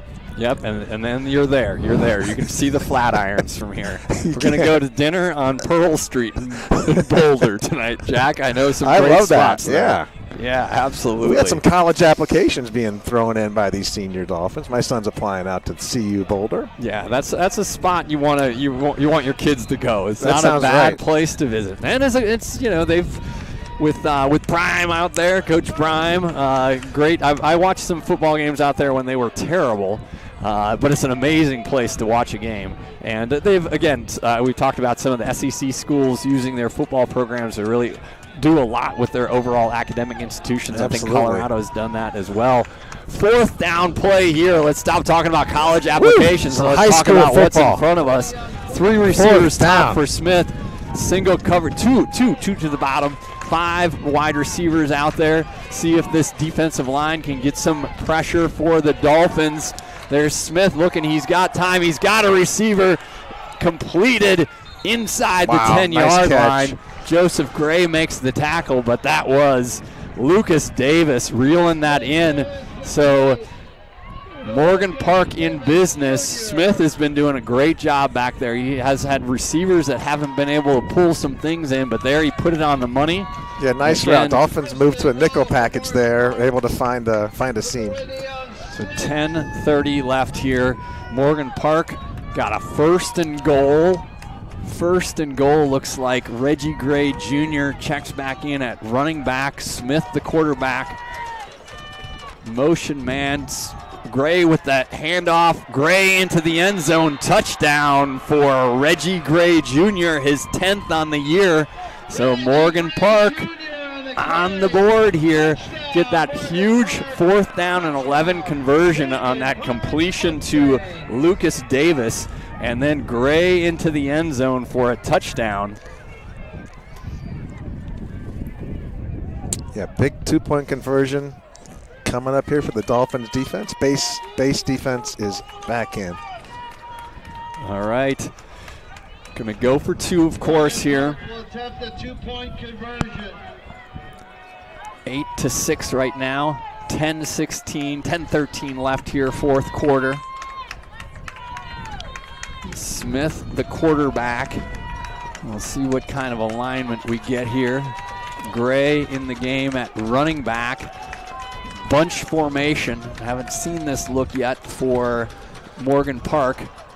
There's keeper. Smith, the keeper, tackled, but I think we'll see. This is a huge call. They haven't marked it yet. They haven't called it yet. Now they're calling 2-point conversion is good. So Smith got hit in the middle. I think Big Country was in there, but Smith somehow found his way across the big hit line. And the momentum must have carried him in. 8-8. We got ourselves a ball game here at Reminds Hansen me a little Stadium. of last year's semifinals. Barry. Oh, man, that was a double overtime game against Amundsen. I'm not sure, man. I'll have to check my VO2 max to make sure that I'm good for all of that. Tough one. That was the same day. That last year the Buckeyes were in Wrigley Field. This year the Wolves. So great day of football in Chicago. Yep. I've got the state action that's going on right now and city action, NFL, NCAA stuff. Got a bunch of top 20 games going on throughout the country tonight. We'll see if the Dolphins can get a nice kickoff return here. Last time it was a short kickoff. I think you got the same that will happen this time. Into the wind. Don't think that Morgan Park has a big-legged kicker, so the Ninja is lined up in the middle of the field. You got Joseph Gray and Brown, Cameron Brown deep, 82 but Cam Brown. Might be more important who's in the middle of that field for this. There's a line shot. Bennett Duras Bennett at the 25-yard line. He's across the 30, out of bounds across the 35-yard line. Was he out of bounds? Good hit there by Morgan Park. Pleasance trees exchanged on the sidelines in front of Coach Finger. So Dolphin offense has been grinding a little bit here. They've been able to get Sean Miller going. A little bit on the ground. Miller stays in the game. Bardsma, wide receiver to the top. Scott Meir, Williams, Espinosa Allen in as well. Miller, the running back next to Conrad. Scott Meir with the pitch. Scott Meir looking for a spot. Not a whole lot going on there. No gain on the play. Good maybe job. a potential halfback or receiver pass. I guess that was forward, so never mind. I saw a couple. We had a receiver in the route. Just going for the jet sweep there. 1 yard pickup. So I think at this point of the game, maybe we're not seeing Maxwell Warner. Haven't seen him yet. Again, Warner heading to Missouri shortly. That's what Val Warner was talking about college at halftime. Like Yeah, 6 weeks. He'll be ready for spring ball there. Right now, Chicago Public League semifinals action. 2 receivers top, 2 to the bottom. There's Scott Meir in motion. Scott Meir, get pass. Get upfield. Upfield, first down for the Riz God. Nice pitch and catch, Conrad to Scott Meir. Gets the Dolphins a first down. Let's see where they're going to mark it here. Actually, they're going to mark it. Well, they mark it as a first down. Chain gang is moving a little too quickly, I think. They're going to say 3rd and 2. Yeah, 3rd and call it a yard. 3rd and 1. Conrad getting the play. So his 3rd down and 1. Miller in the pistol behind Conrad. Had some success in the middle of that line. High snap. Miller get there, pounds Sean. It in there. Does a spin. First down. Still on his feet. First down for the Ninja. There you go. Brian Miller giving us the signal. First down from his son, Sean Miller. Big play there. Didn't get it by much. Hammered it in there, ping-ponged his way up to the 49-yard line. Woo! Now the wind's coming straight from the north. Straight from Wisconsin, I think. Yeah, I think that's I mean, it's warm enough. Otherwise, I would be concerned about coming off the North Pole. I did have a report on that. The Coal City matchup. Coal City going against somebody tough today. I'll have to look that up later. 2 receivers topside. Espinosa Allen and Bardsma. Bardsma now in motion. Conrad over to Nice Bardsma. play. Bardsma, good job of reeling that in. Hip pocket. Conrad dropped that in the hip pocket of Miles Bardsma. Bardsma again came in. Both Bardsma and Scott Meir, their receiving numbers on the year, real close. Bardsma came in 39 catches for 454 yards and 4 touchdowns. Scott Meir came in on the night, 36 catches, 497 yards and 8 tutties. Conrad again, 20 touchdowns on the year from that quarterback position. Yeah, Coal City in 4A was taken down by Montini. Oh, Montini, right. Yeah, I was gonna say that one earlier, but I wanted to save it. But then whatever. Conrad, Miller, nice. Up the middle. Miller picking his way across the 45-yard line to about the 43. Good run there. Another 4A action. Morris takes down state champs in 1984. Takes down Geneseo 28-26. I'm hesitating to ask you how you know that. Or you just made that up. Brian Barkley, good friend, was a team captain. Oh, right. In 1984, Morris. All right, big third down play. 3rd and short. Conrad with Miller next to him. 2 receivers top and bottom. He's looking top. He's got her. Oh, almost. There. Yeah. Bardsma one-handed that. Ball was a little bit behind him and had that ball sticking on his hand for a half a second but couldn't bring it in. 4th down. So 4th down. Dolphins going to go for it here. 2 yards, big 2 yards to get. I think Riverboat Dan thought about not going for it. I don't think so. 7. No, he did not. no, he did not. He did not. That wouldn't even be part of the processing of this. So 7-13, 8-8 game here. Dolphins ball into Morgan Park territory.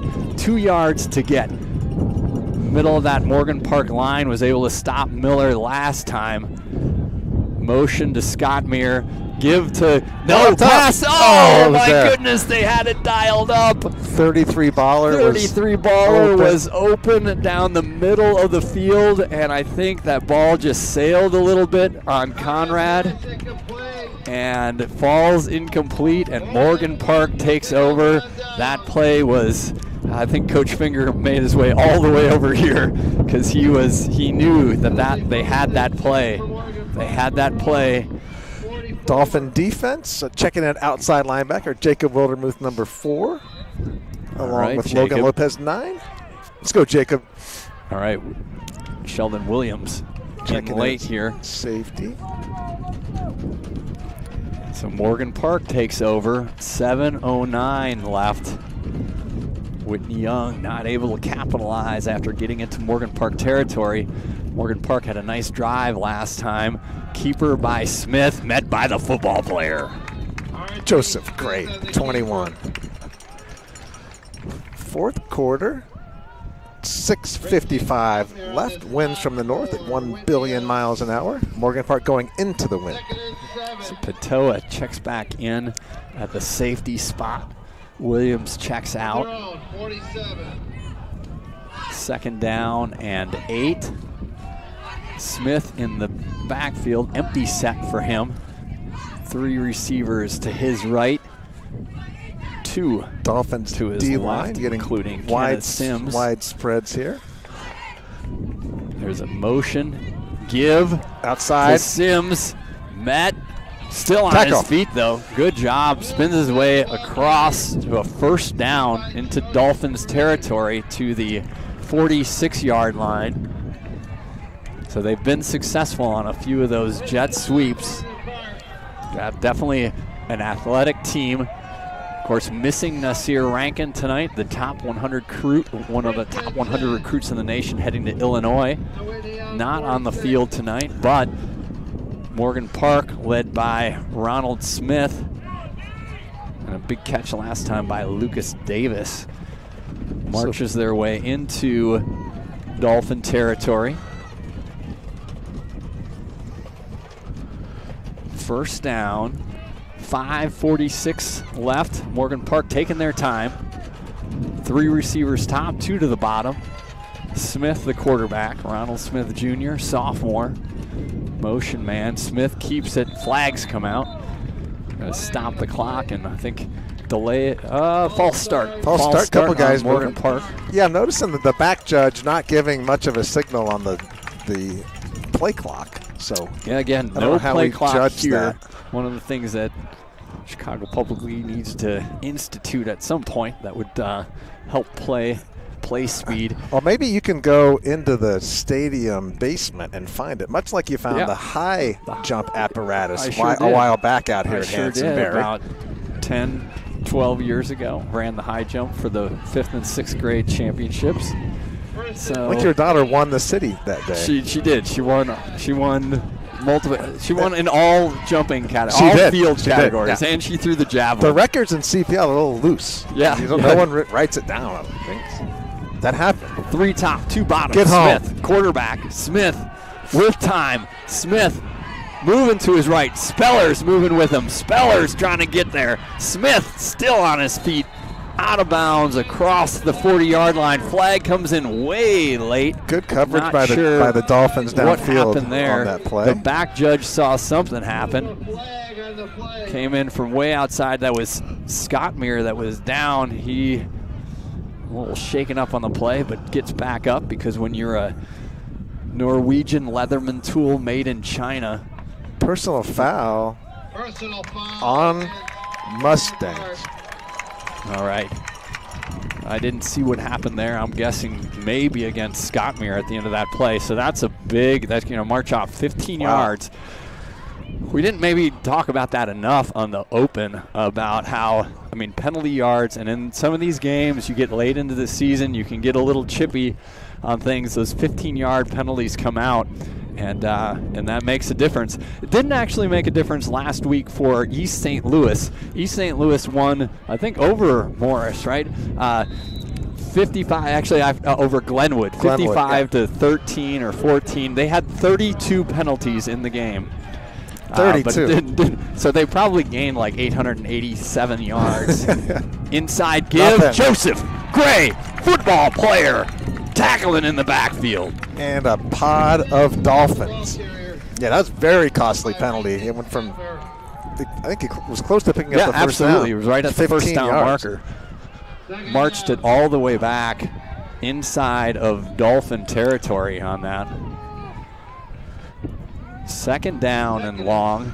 Again, the second and 17. Morgan Park was able to pick up a 4th and 11 with a nice throw to Lucas Davis last time down.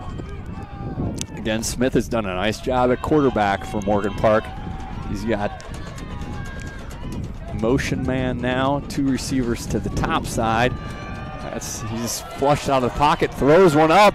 Nice job, good undercut of the route by Pantoja. Good job, Brian. So Pantoja giving up a whole lot of size out there to Lucas Davis. Davis 6'5", 190. Pantoja is not 6'5". He's listed generously at 5'8". Also a guy with some darn nice hair. He has some great hair. I mean, with the hair, he's 6'5". It's beautiful. 3rd and long, and Dolphin defense, 2 interceptions on the day. Niven Hinkle with a big one. Hinkle actually, I don't think in the lineup right now. I have to check on him. Duras and Pantoja, the safeties. Bardsma, Lynham, the corners. Smith. Get home. Rizgod. Get there, Rayton. Bam! Yeah. Rizgod. Rizgod shot out of the Norwegian Chinese cannon. I mean, he can do it all. I think that was the part of the Leatherman that just ends the game, or just does really good in the game. Yeah. 4th down. That was a huge job. So Scott Meir, this Dolphin defense does not dial up that many blitzes. Coach O.D. went to the backside of that index card that the plays are written on and comes up with a huge stop on the 3rd down. Morgan Park brings their punt team on the field. Again, it will be punting into the wind. Clock rolling, 2:50 left here in the 4th quarter. 8-8. Chicago Public League semifinal action. It's Lucas Davis waiting for the snap. Good snap. Kicks it away. Careful, Bennett. Good kick. Bennett Duras calls for the fair catch, then gets the heck out of there. It's tough in this wind. I'm glad he backed away. Yeah. Thing checked up like Jack Wildermuth's 56-degree wedge. It did. Spun it right back to the 25-yard line. All right, Whitney Young, 2:33 left. That was a big time. Again, the penalty on Morgan Park was huge there. So Whitney Young takes over. Let's see if the UN security force can do the job here. Oshevsky, Pericini, up front, Logan Jones, MJ the Bullwoods. Ben Miller, 56, with the 36.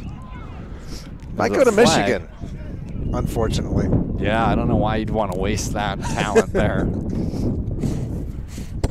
All right, marching off against Morgan Park, and they're rolling, so must have been another one of those 15-yarders. All the way out to the 33-yard line. They're still moving. He's like, hey, you want to keep talking? I'm going to keep walking. You want some more penalties, Morgan Park? They'll hand them out. All the way out to the 39-yard line. 2:33 left in the 4th quarter.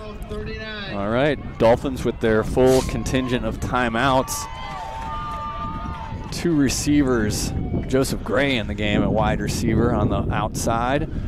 Conrad rolling that way. Got it to 33 Espinosa Allen, able to reel that in. Good hit out there by Anthony Marshall. He's had some nice plays today for Morgan Park. There is a flag on the play. Yeah, nice to see 33 baller.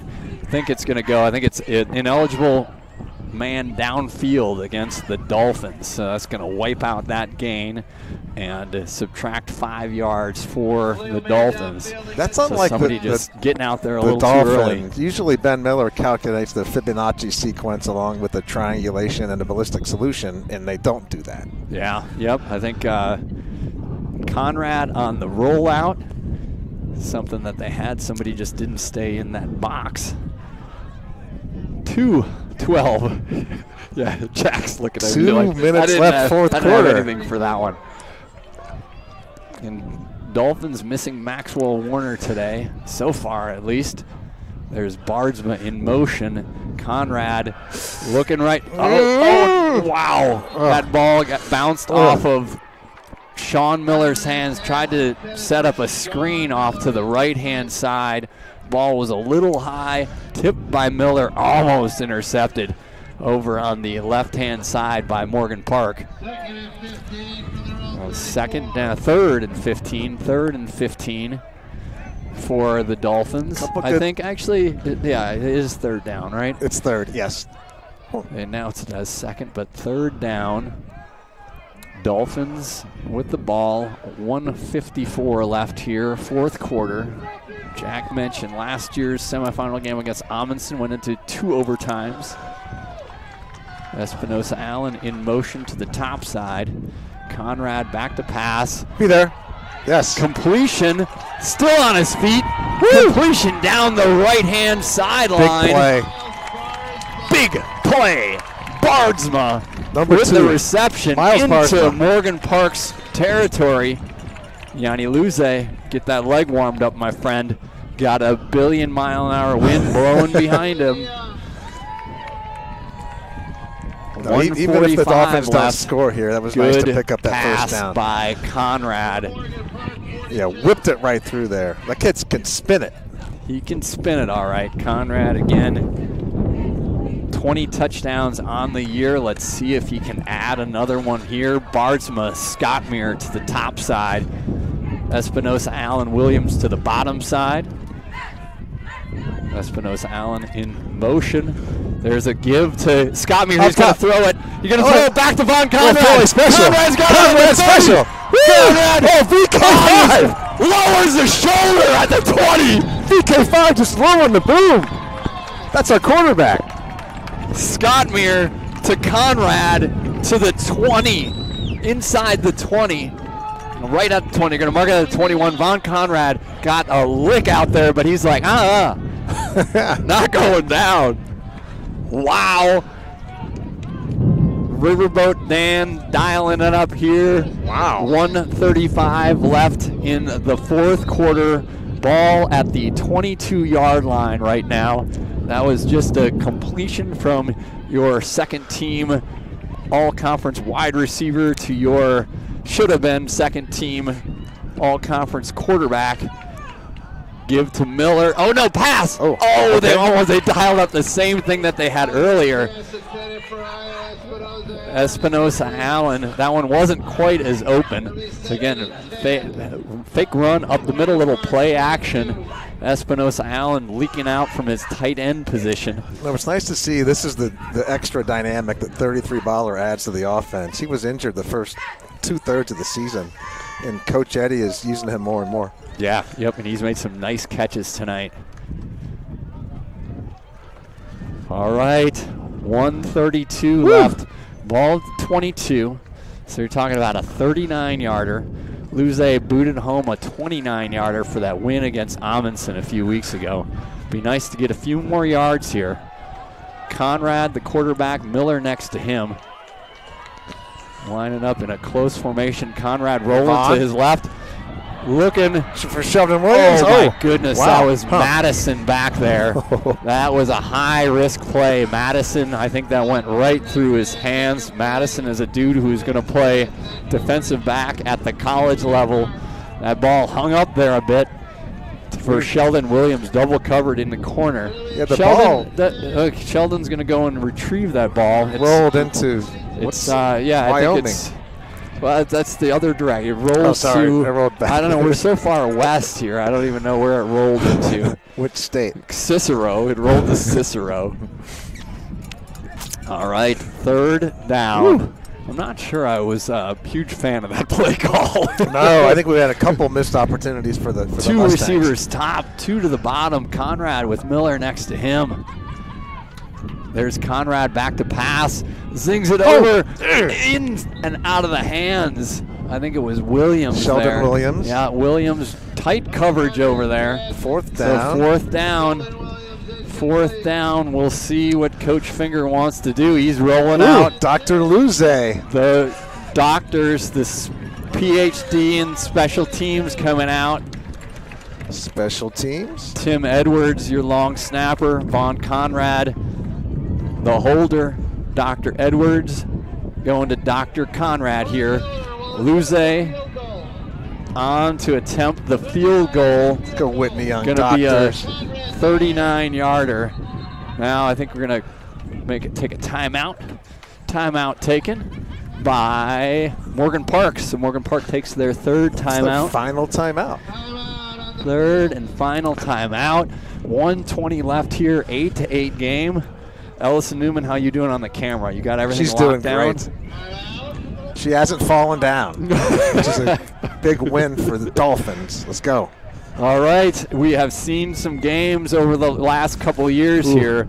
Again, Amundsen game won on a kick in overtime in regular season action this year, and then that Chicago Public League semifinal game last year. Kicking game came in there. Solomon Bradley made a 733-yard extra point after an unsportsmanlike conduct call after Max Warner's touchdown. And then the win sealed after a batted ball. We have the Ninja. The Ninja's kicking this one, Barry. So Ninja, Sean Miller on for the kick. I mean, we got a little extra oomph in his leg. Edwards, Dr. Ninja. Snapper. Conrad, the holder. Snap is down.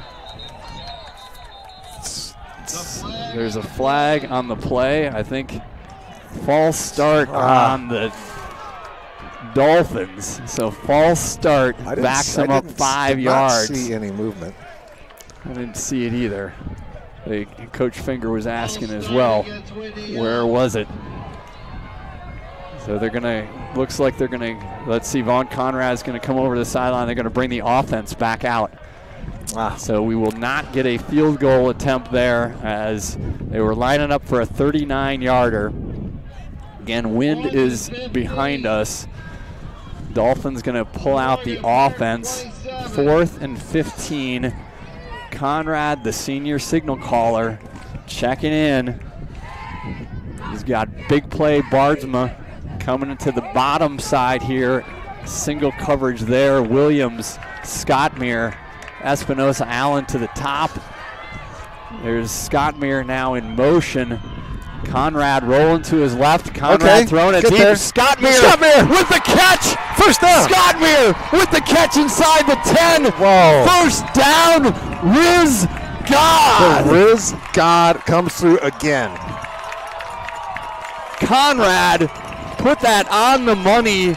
Riz God reels it in inside the 10-yard line. Clock is running, 1:10 left here. Dolphins with all their timeouts. Conrad getting the play from offensive coordinator Eddie Boucher on the sidelines. Scottmere came in motion on that. Wow. Found his way to the sideline. Morgan Park running some guys in late. Miller, the running back. Miller actually, Espinosa Allen in motion. Miller, the running back, next to Conrad. Conrad, the keeper. Conrad getting a push up the middle, picked up a couple. So senior quarterback Vaughn Conrad. 35 seconds. Couple touchdowns on the year. Now you're much more comfortable from a field goal if that's where you end up. And Morgan Park out of timeouts here, so Coach Finger going to take one of his. This is it. 23 seconds left. Either score.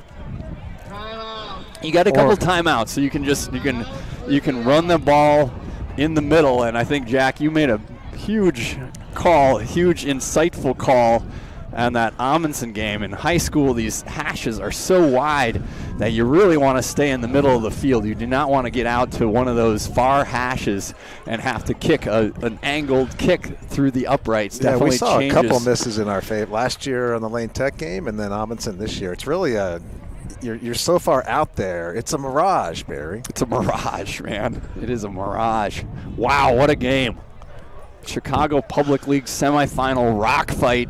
Morgan Park Mustangs. Again, Morgan Park came in 7-4 on the season, but they've played one of the toughest schedules in the state. Yeah, that might be a strong statement. Definitely one of the toughest schedules in Chicago Public League. Whitney Young rolling in tonight at, why do I forget our record? That's pretty bad. 9-2. 9-2. 9-2, 7-1 overall. The one loss, again, earlier this year to Morgan Park. So, second down, second and goal. Pistol formation with Miller behind Conrad. Conrad, ball rolled back to him. Oh, my goodness. Ball rolled back to Conrad. He got down. Conrad, a baseball player, he got down and fielded that one. Finger takes another timeout. Coach Finger takes his second timeout here. That was that could have been bad. That could have been bad. It didn't help the cause there, because now you're outside the 10-yard line. I think again you're just going to probably run this ball and then trot out your perfectly centered if we can. Wow. Woo, we've had some seconds left. Nice bounces here on the west side, but we're so far west. I think when you flush the toilet, it goes in a different direction. Absolutely. What is it's Boreolus effect? The Boreolus effect. Boreolus effect.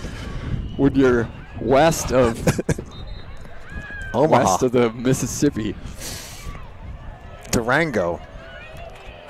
All right. Holy cow. Dolphins. Again, Carmelo Reed on the third down.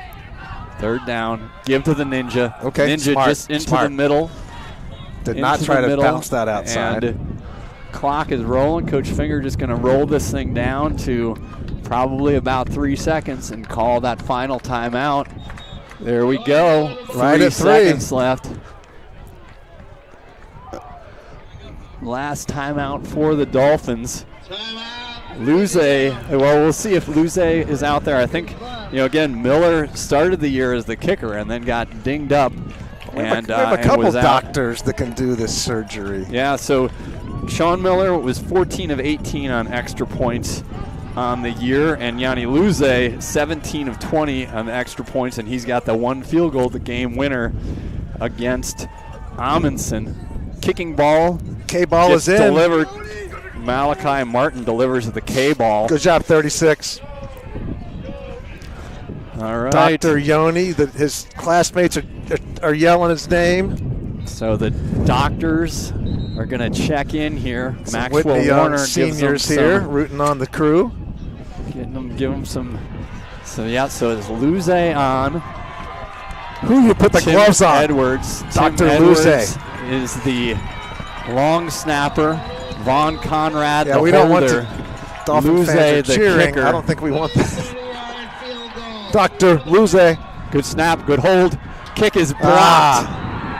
Kick was blocked by Morgan Park.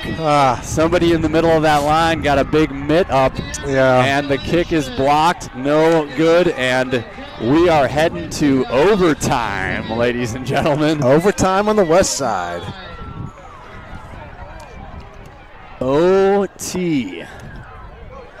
Wow. All right, so overtime, if we recall. Yep, definitely put that on. It's gotten a little chilly here. Overtime, both teams get to possess the ball. You get the ball at the 10-yard line, and you get 4 downs to score. So captain's going to go out there for the coin toss.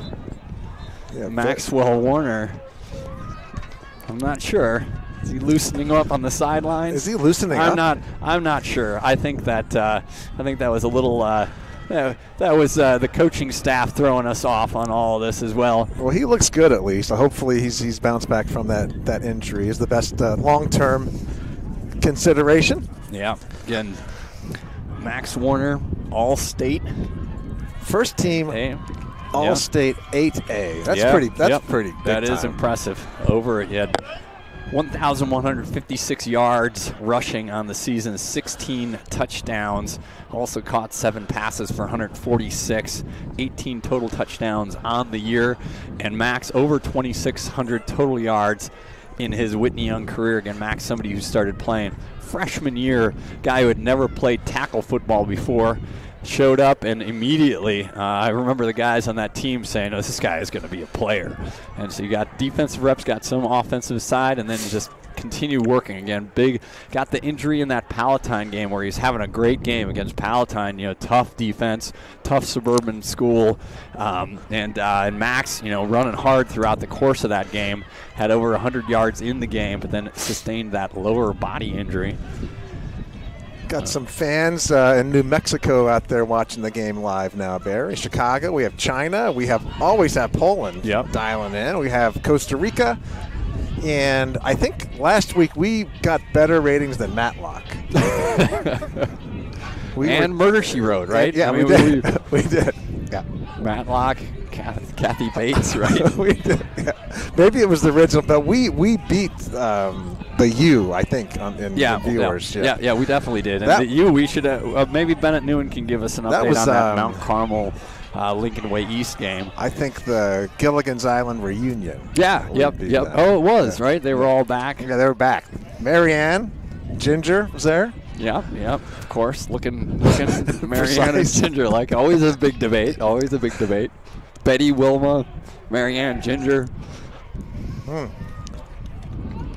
All right. Lovey. Always underrated. Yep. Overtime for the second straight year in the semifinals. Goodness. Jeez. My goodness. So Coach Finger, again, you had and I think you end up going the same, you go the same direction. So it's not, whatever the, MJ Woods and Coach Finger to head out there. Chris James in his 8th year at Morgan Park.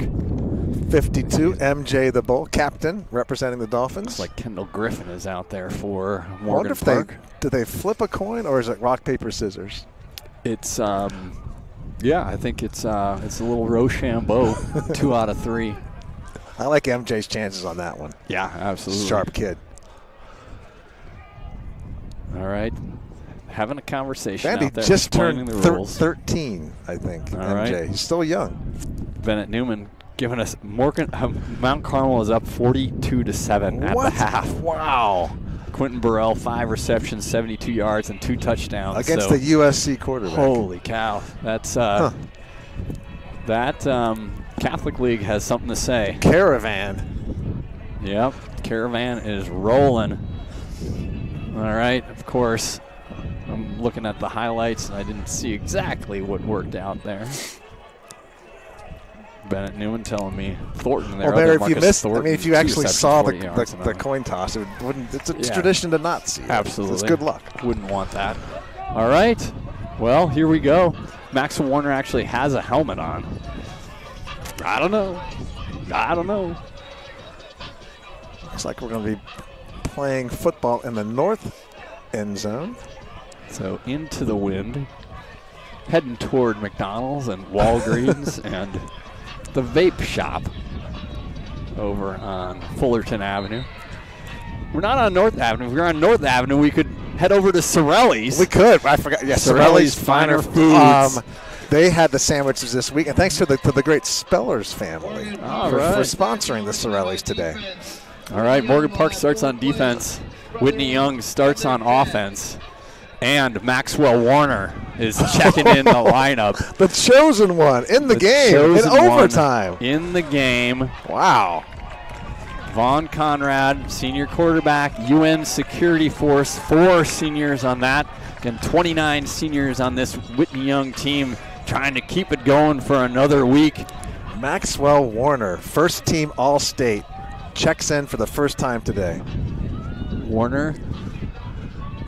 Looks like he's going to line up in the pistol formation behind Conrad.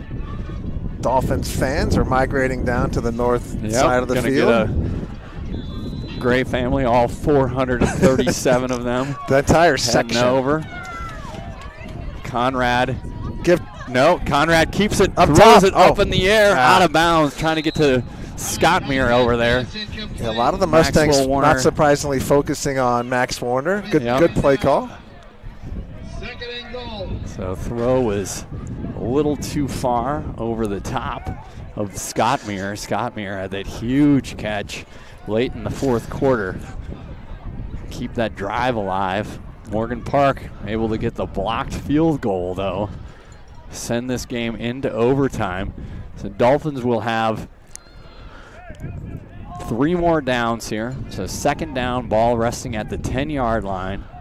Carmelo Reed, again, the tough defensive lineman, heading to Ole Miss in the middle of that defense for the Mustangs. Warner, the running back. Conrad Pass. Again. Get home.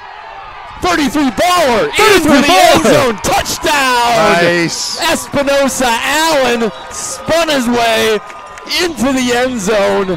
Touchdown for the Dolphins. Ayakunle Espinosa Allen. 33 baller. 33 baller. Wow. He's had a game. Conrad put it on him. Kept his feet, got in the end zone. All right, extra point going to be huge here. So again, Morgan Park was able to get the block on the field goal on the other side of the field from just about the same spot. Wind is really whipping. Yeah, wind is in the Come face. on, Dr. Doctors. Blocked. Yep, blocked in the middle. Tough. Blocked by Morgan Park. Yeah, they came storming through. Jeez. Storming through and got the block. But Dolphins on the board. 14-8 here. Dolphin defense will roll out. Last year at this time against Amundsen, Dolphin defense, big play by BG3. Barry Gordon III got that tip on the pass that Duhan then intercepted. Again, some big tackles by Duhan and Latham in the overtime periods.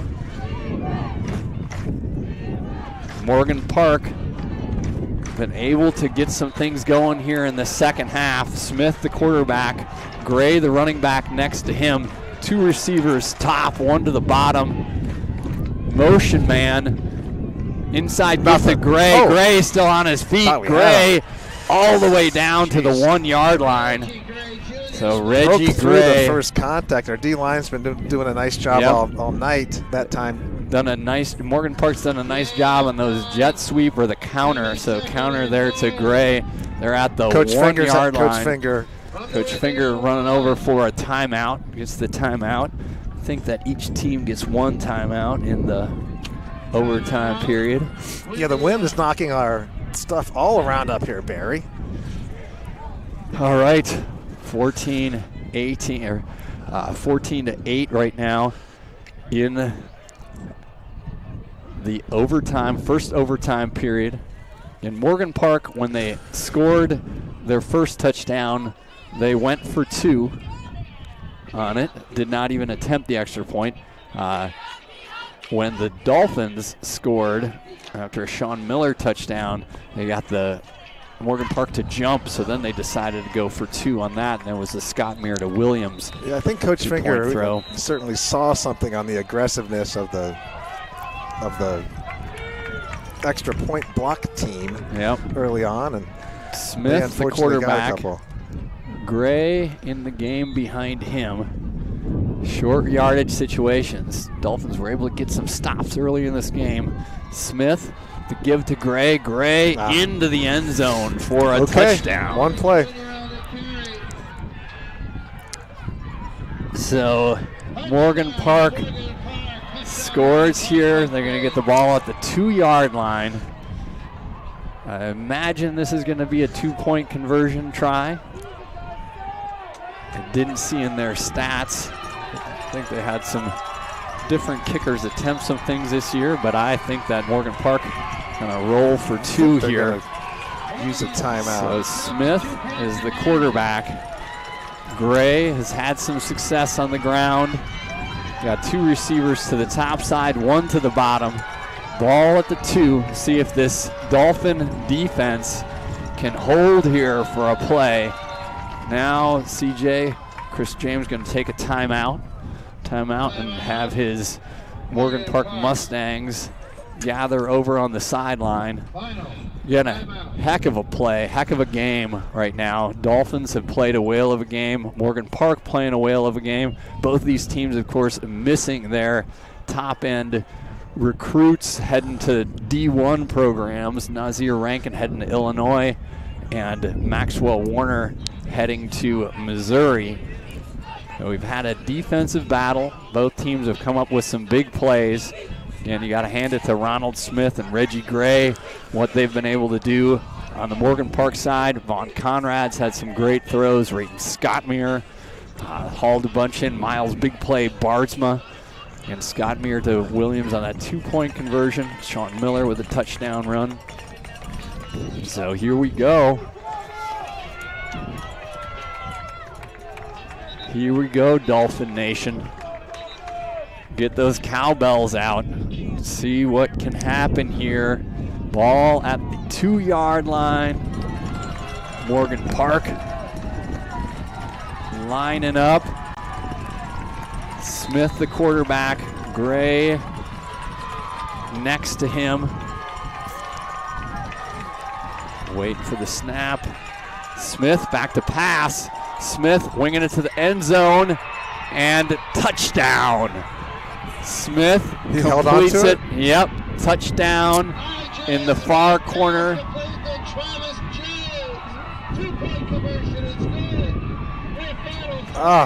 So 2-point conversion good pitch and catch. Good. It's hard to see. That's I don't know who ended up with it over there, but that's 2 points for Morgan Park, and the win for Chris James and the Morgan Park Mustangs. They move on to the Chicago Public League championship game next week against Kenwood. That was a heck of a game. Heck of a throw from Smith. I mean, he put that thing up there to the back corner of the end zone. I think everybody was thinking that was probably going to be a run up the middle for Gray. Not much margin for error. Able to make the completion. The wind is 1 billion miles an hour, and it was a great pass. So let's, these 29 seniors and this Chicago Public League semifinal team, 3rd year in a row that this team has advanced this far. Last year they go on to win the Chicago Public League championship, and the year before they played in that championship game. Not quite able to get by Morgan Park. Morgan Park, again, one of the top teams in the state. They were ranked a bunch of the year at the 6A level. At the state level. Yep, at the state level. And great job for them. That's Reggie Gray heading through the line to start with there. Anthony Marshall with a nice game defensively for Morgan Park. Again, let's talk about the Whitney Young Dolphins and the season that they have had, and what this senior class has been able to do. So they finished the season 9-3, and just some historic performances. Talked about Maxwell Warner. He was just in there as a decoy at the end. Again, you got to think, man, if you could have had him on the field. But Sean Miller did a really nice job at running back. Sean back next year as a junior. But seniors on this roster, man, if you just want to, I'll go down the list here. John Spellers, a guy who played basketball, came in and has really done a great job on that defensive line. Honorable mention, All City. Maxwell Warner, we talked about him. Miles Barzama, big catches tonight, honorable mention. Josiah the Truth Purnell, tackles tonight, 4 sacks, 10 tackles for loss on the year. Jacob Wildermuth, we saw him put together that game earlier this year. Was that Phillips or Lincoln Park? Against Lincoln Park, great game. Vaughn Conrad, again, Conrad, last year team finishes 12-2. He missed the Prep Bowl game. So as a starter, he was 12-1 last year, 9-3 this year. Just an incredible run for Vaughn. You know, again, 5'10", 170 pounds. I think all of that is very generous. Vaughn is a fighter. We saw him, get the reception tonight and lower his shoulder. He's done so much. Bennett DeRoss, really nice job this year, both as a safety, a couple interceptions, and then also what he did as a tight end early in the year. Logan Lopez, played baseball early on, only played football these last 2 years. Great year by Huge number 9. Impact year. Rayton Scottmere, Riz God. Man, what a year. Again, came in tonight, 39 catches, 8 touchdowns. He came in as the Swiss Army knife, and he leaves as the Riz God. Absolutely. Complete Riz God. Sheldon Williams made the Z great again. He did. Sheldon Williams, wide receiver. Yanni Luze won that game against Amundsen with that kick. Lee Dingfield, ding the bell. Ding the bell. Joseph Gray, football player. I mean, Joseph Gray, what he has done, led the state in tackles last year, leading tackler for the Dolphins, always in on things. I mean, Coach Finger said something to me, he said, we always teach our guys, don't let the sideline tackle you. And Joseph Gray had the pick six earlier, had the pick six that got called back last week, but we won't pay attention to that. He'd never let the sideline tackle him. Man, what a great player. Iakunle, Espinosa Allen, what we saw today. Then we switch over and talk to him, and I'd like to get all 29 seniors, but I'm just kind of focusing on the starters right now. Marquise Woods, second team All-City, should have been first team All-City, led the team in sacks and tackles for losses with his 2 big man touchdowns this year, one on defense on the scoop and score, and then on the run up at Taft. Big country, Alex Oshesky, what a job that he did in the middle of that line as a center on that team, and also on defense, some big tackles. Dylan Paracchini, 8.5 tackles for loss on the year, part of that UN security force the last couple years that really did a lot. And then Ben Miller, again, 56. I mean, at the beginning of the year, it was like, yeah, Ben's going to be the swing tackle. He's going to get in a little bit, and he started every single game of the year. Almost every play. Great job, again, Ben. Just Coach Finger and this team, Coach O'Donnell, the OD, and OD is as the defense coordinator, and Eddie Boucher. Just what a great year, great run. You hate when this stuff ends. Blake is going to get us some stats here. I'm going to Miller. Let's see if I can see. I'm searching. Oh, there we go. There's Sean Miller, 19 carries for 39 yards tonight. Morgan Park again. I mean, it was Gray at the end. So Reggie Gray Jr., 15 carries, 63 yards. He was the leader.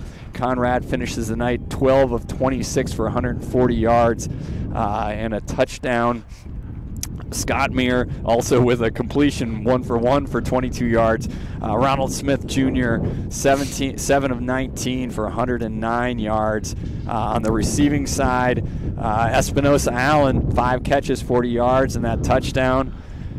Scottmere, Riz God, 4 catches, 57 yards. Bardsma, 3 catches, 33 yards. And Conrad, 1 catch for 22. So just, I don't know, it's always hard to close this year, I guess. It just a great season, absolute tremendous season. You think back all the way to that first game against Carver. These guys have put it all out on the field. And I'm sure there's obviously there's disappointment from tonight, but I think it's something that these guys will reflect back on what they were able to do together as a unit, what Coach Finger taught these guys over the last few years. What a tight group of seniors, Barry. I think we both gave these guys rides when they were freshmen. They just popped in the back of our cars, weighed 110 pounds, didn't think much of this, and they've grown into a real family. Yep, I hear you there, Jack. All right, Dolphin Nation, that was a heck of a season. Great job, seniors. Great job to the 29 seniors. Great job to Coach Finger. So our thanks tonight. Jack Wildermuth on the call with me. Thanks a lot, Jack. Really appreciate it. Great job as our leader. Ellison Newman. Go Dolphins. On the camera tonight. Also thanks to Ricky Harris, principal of Whitney Young.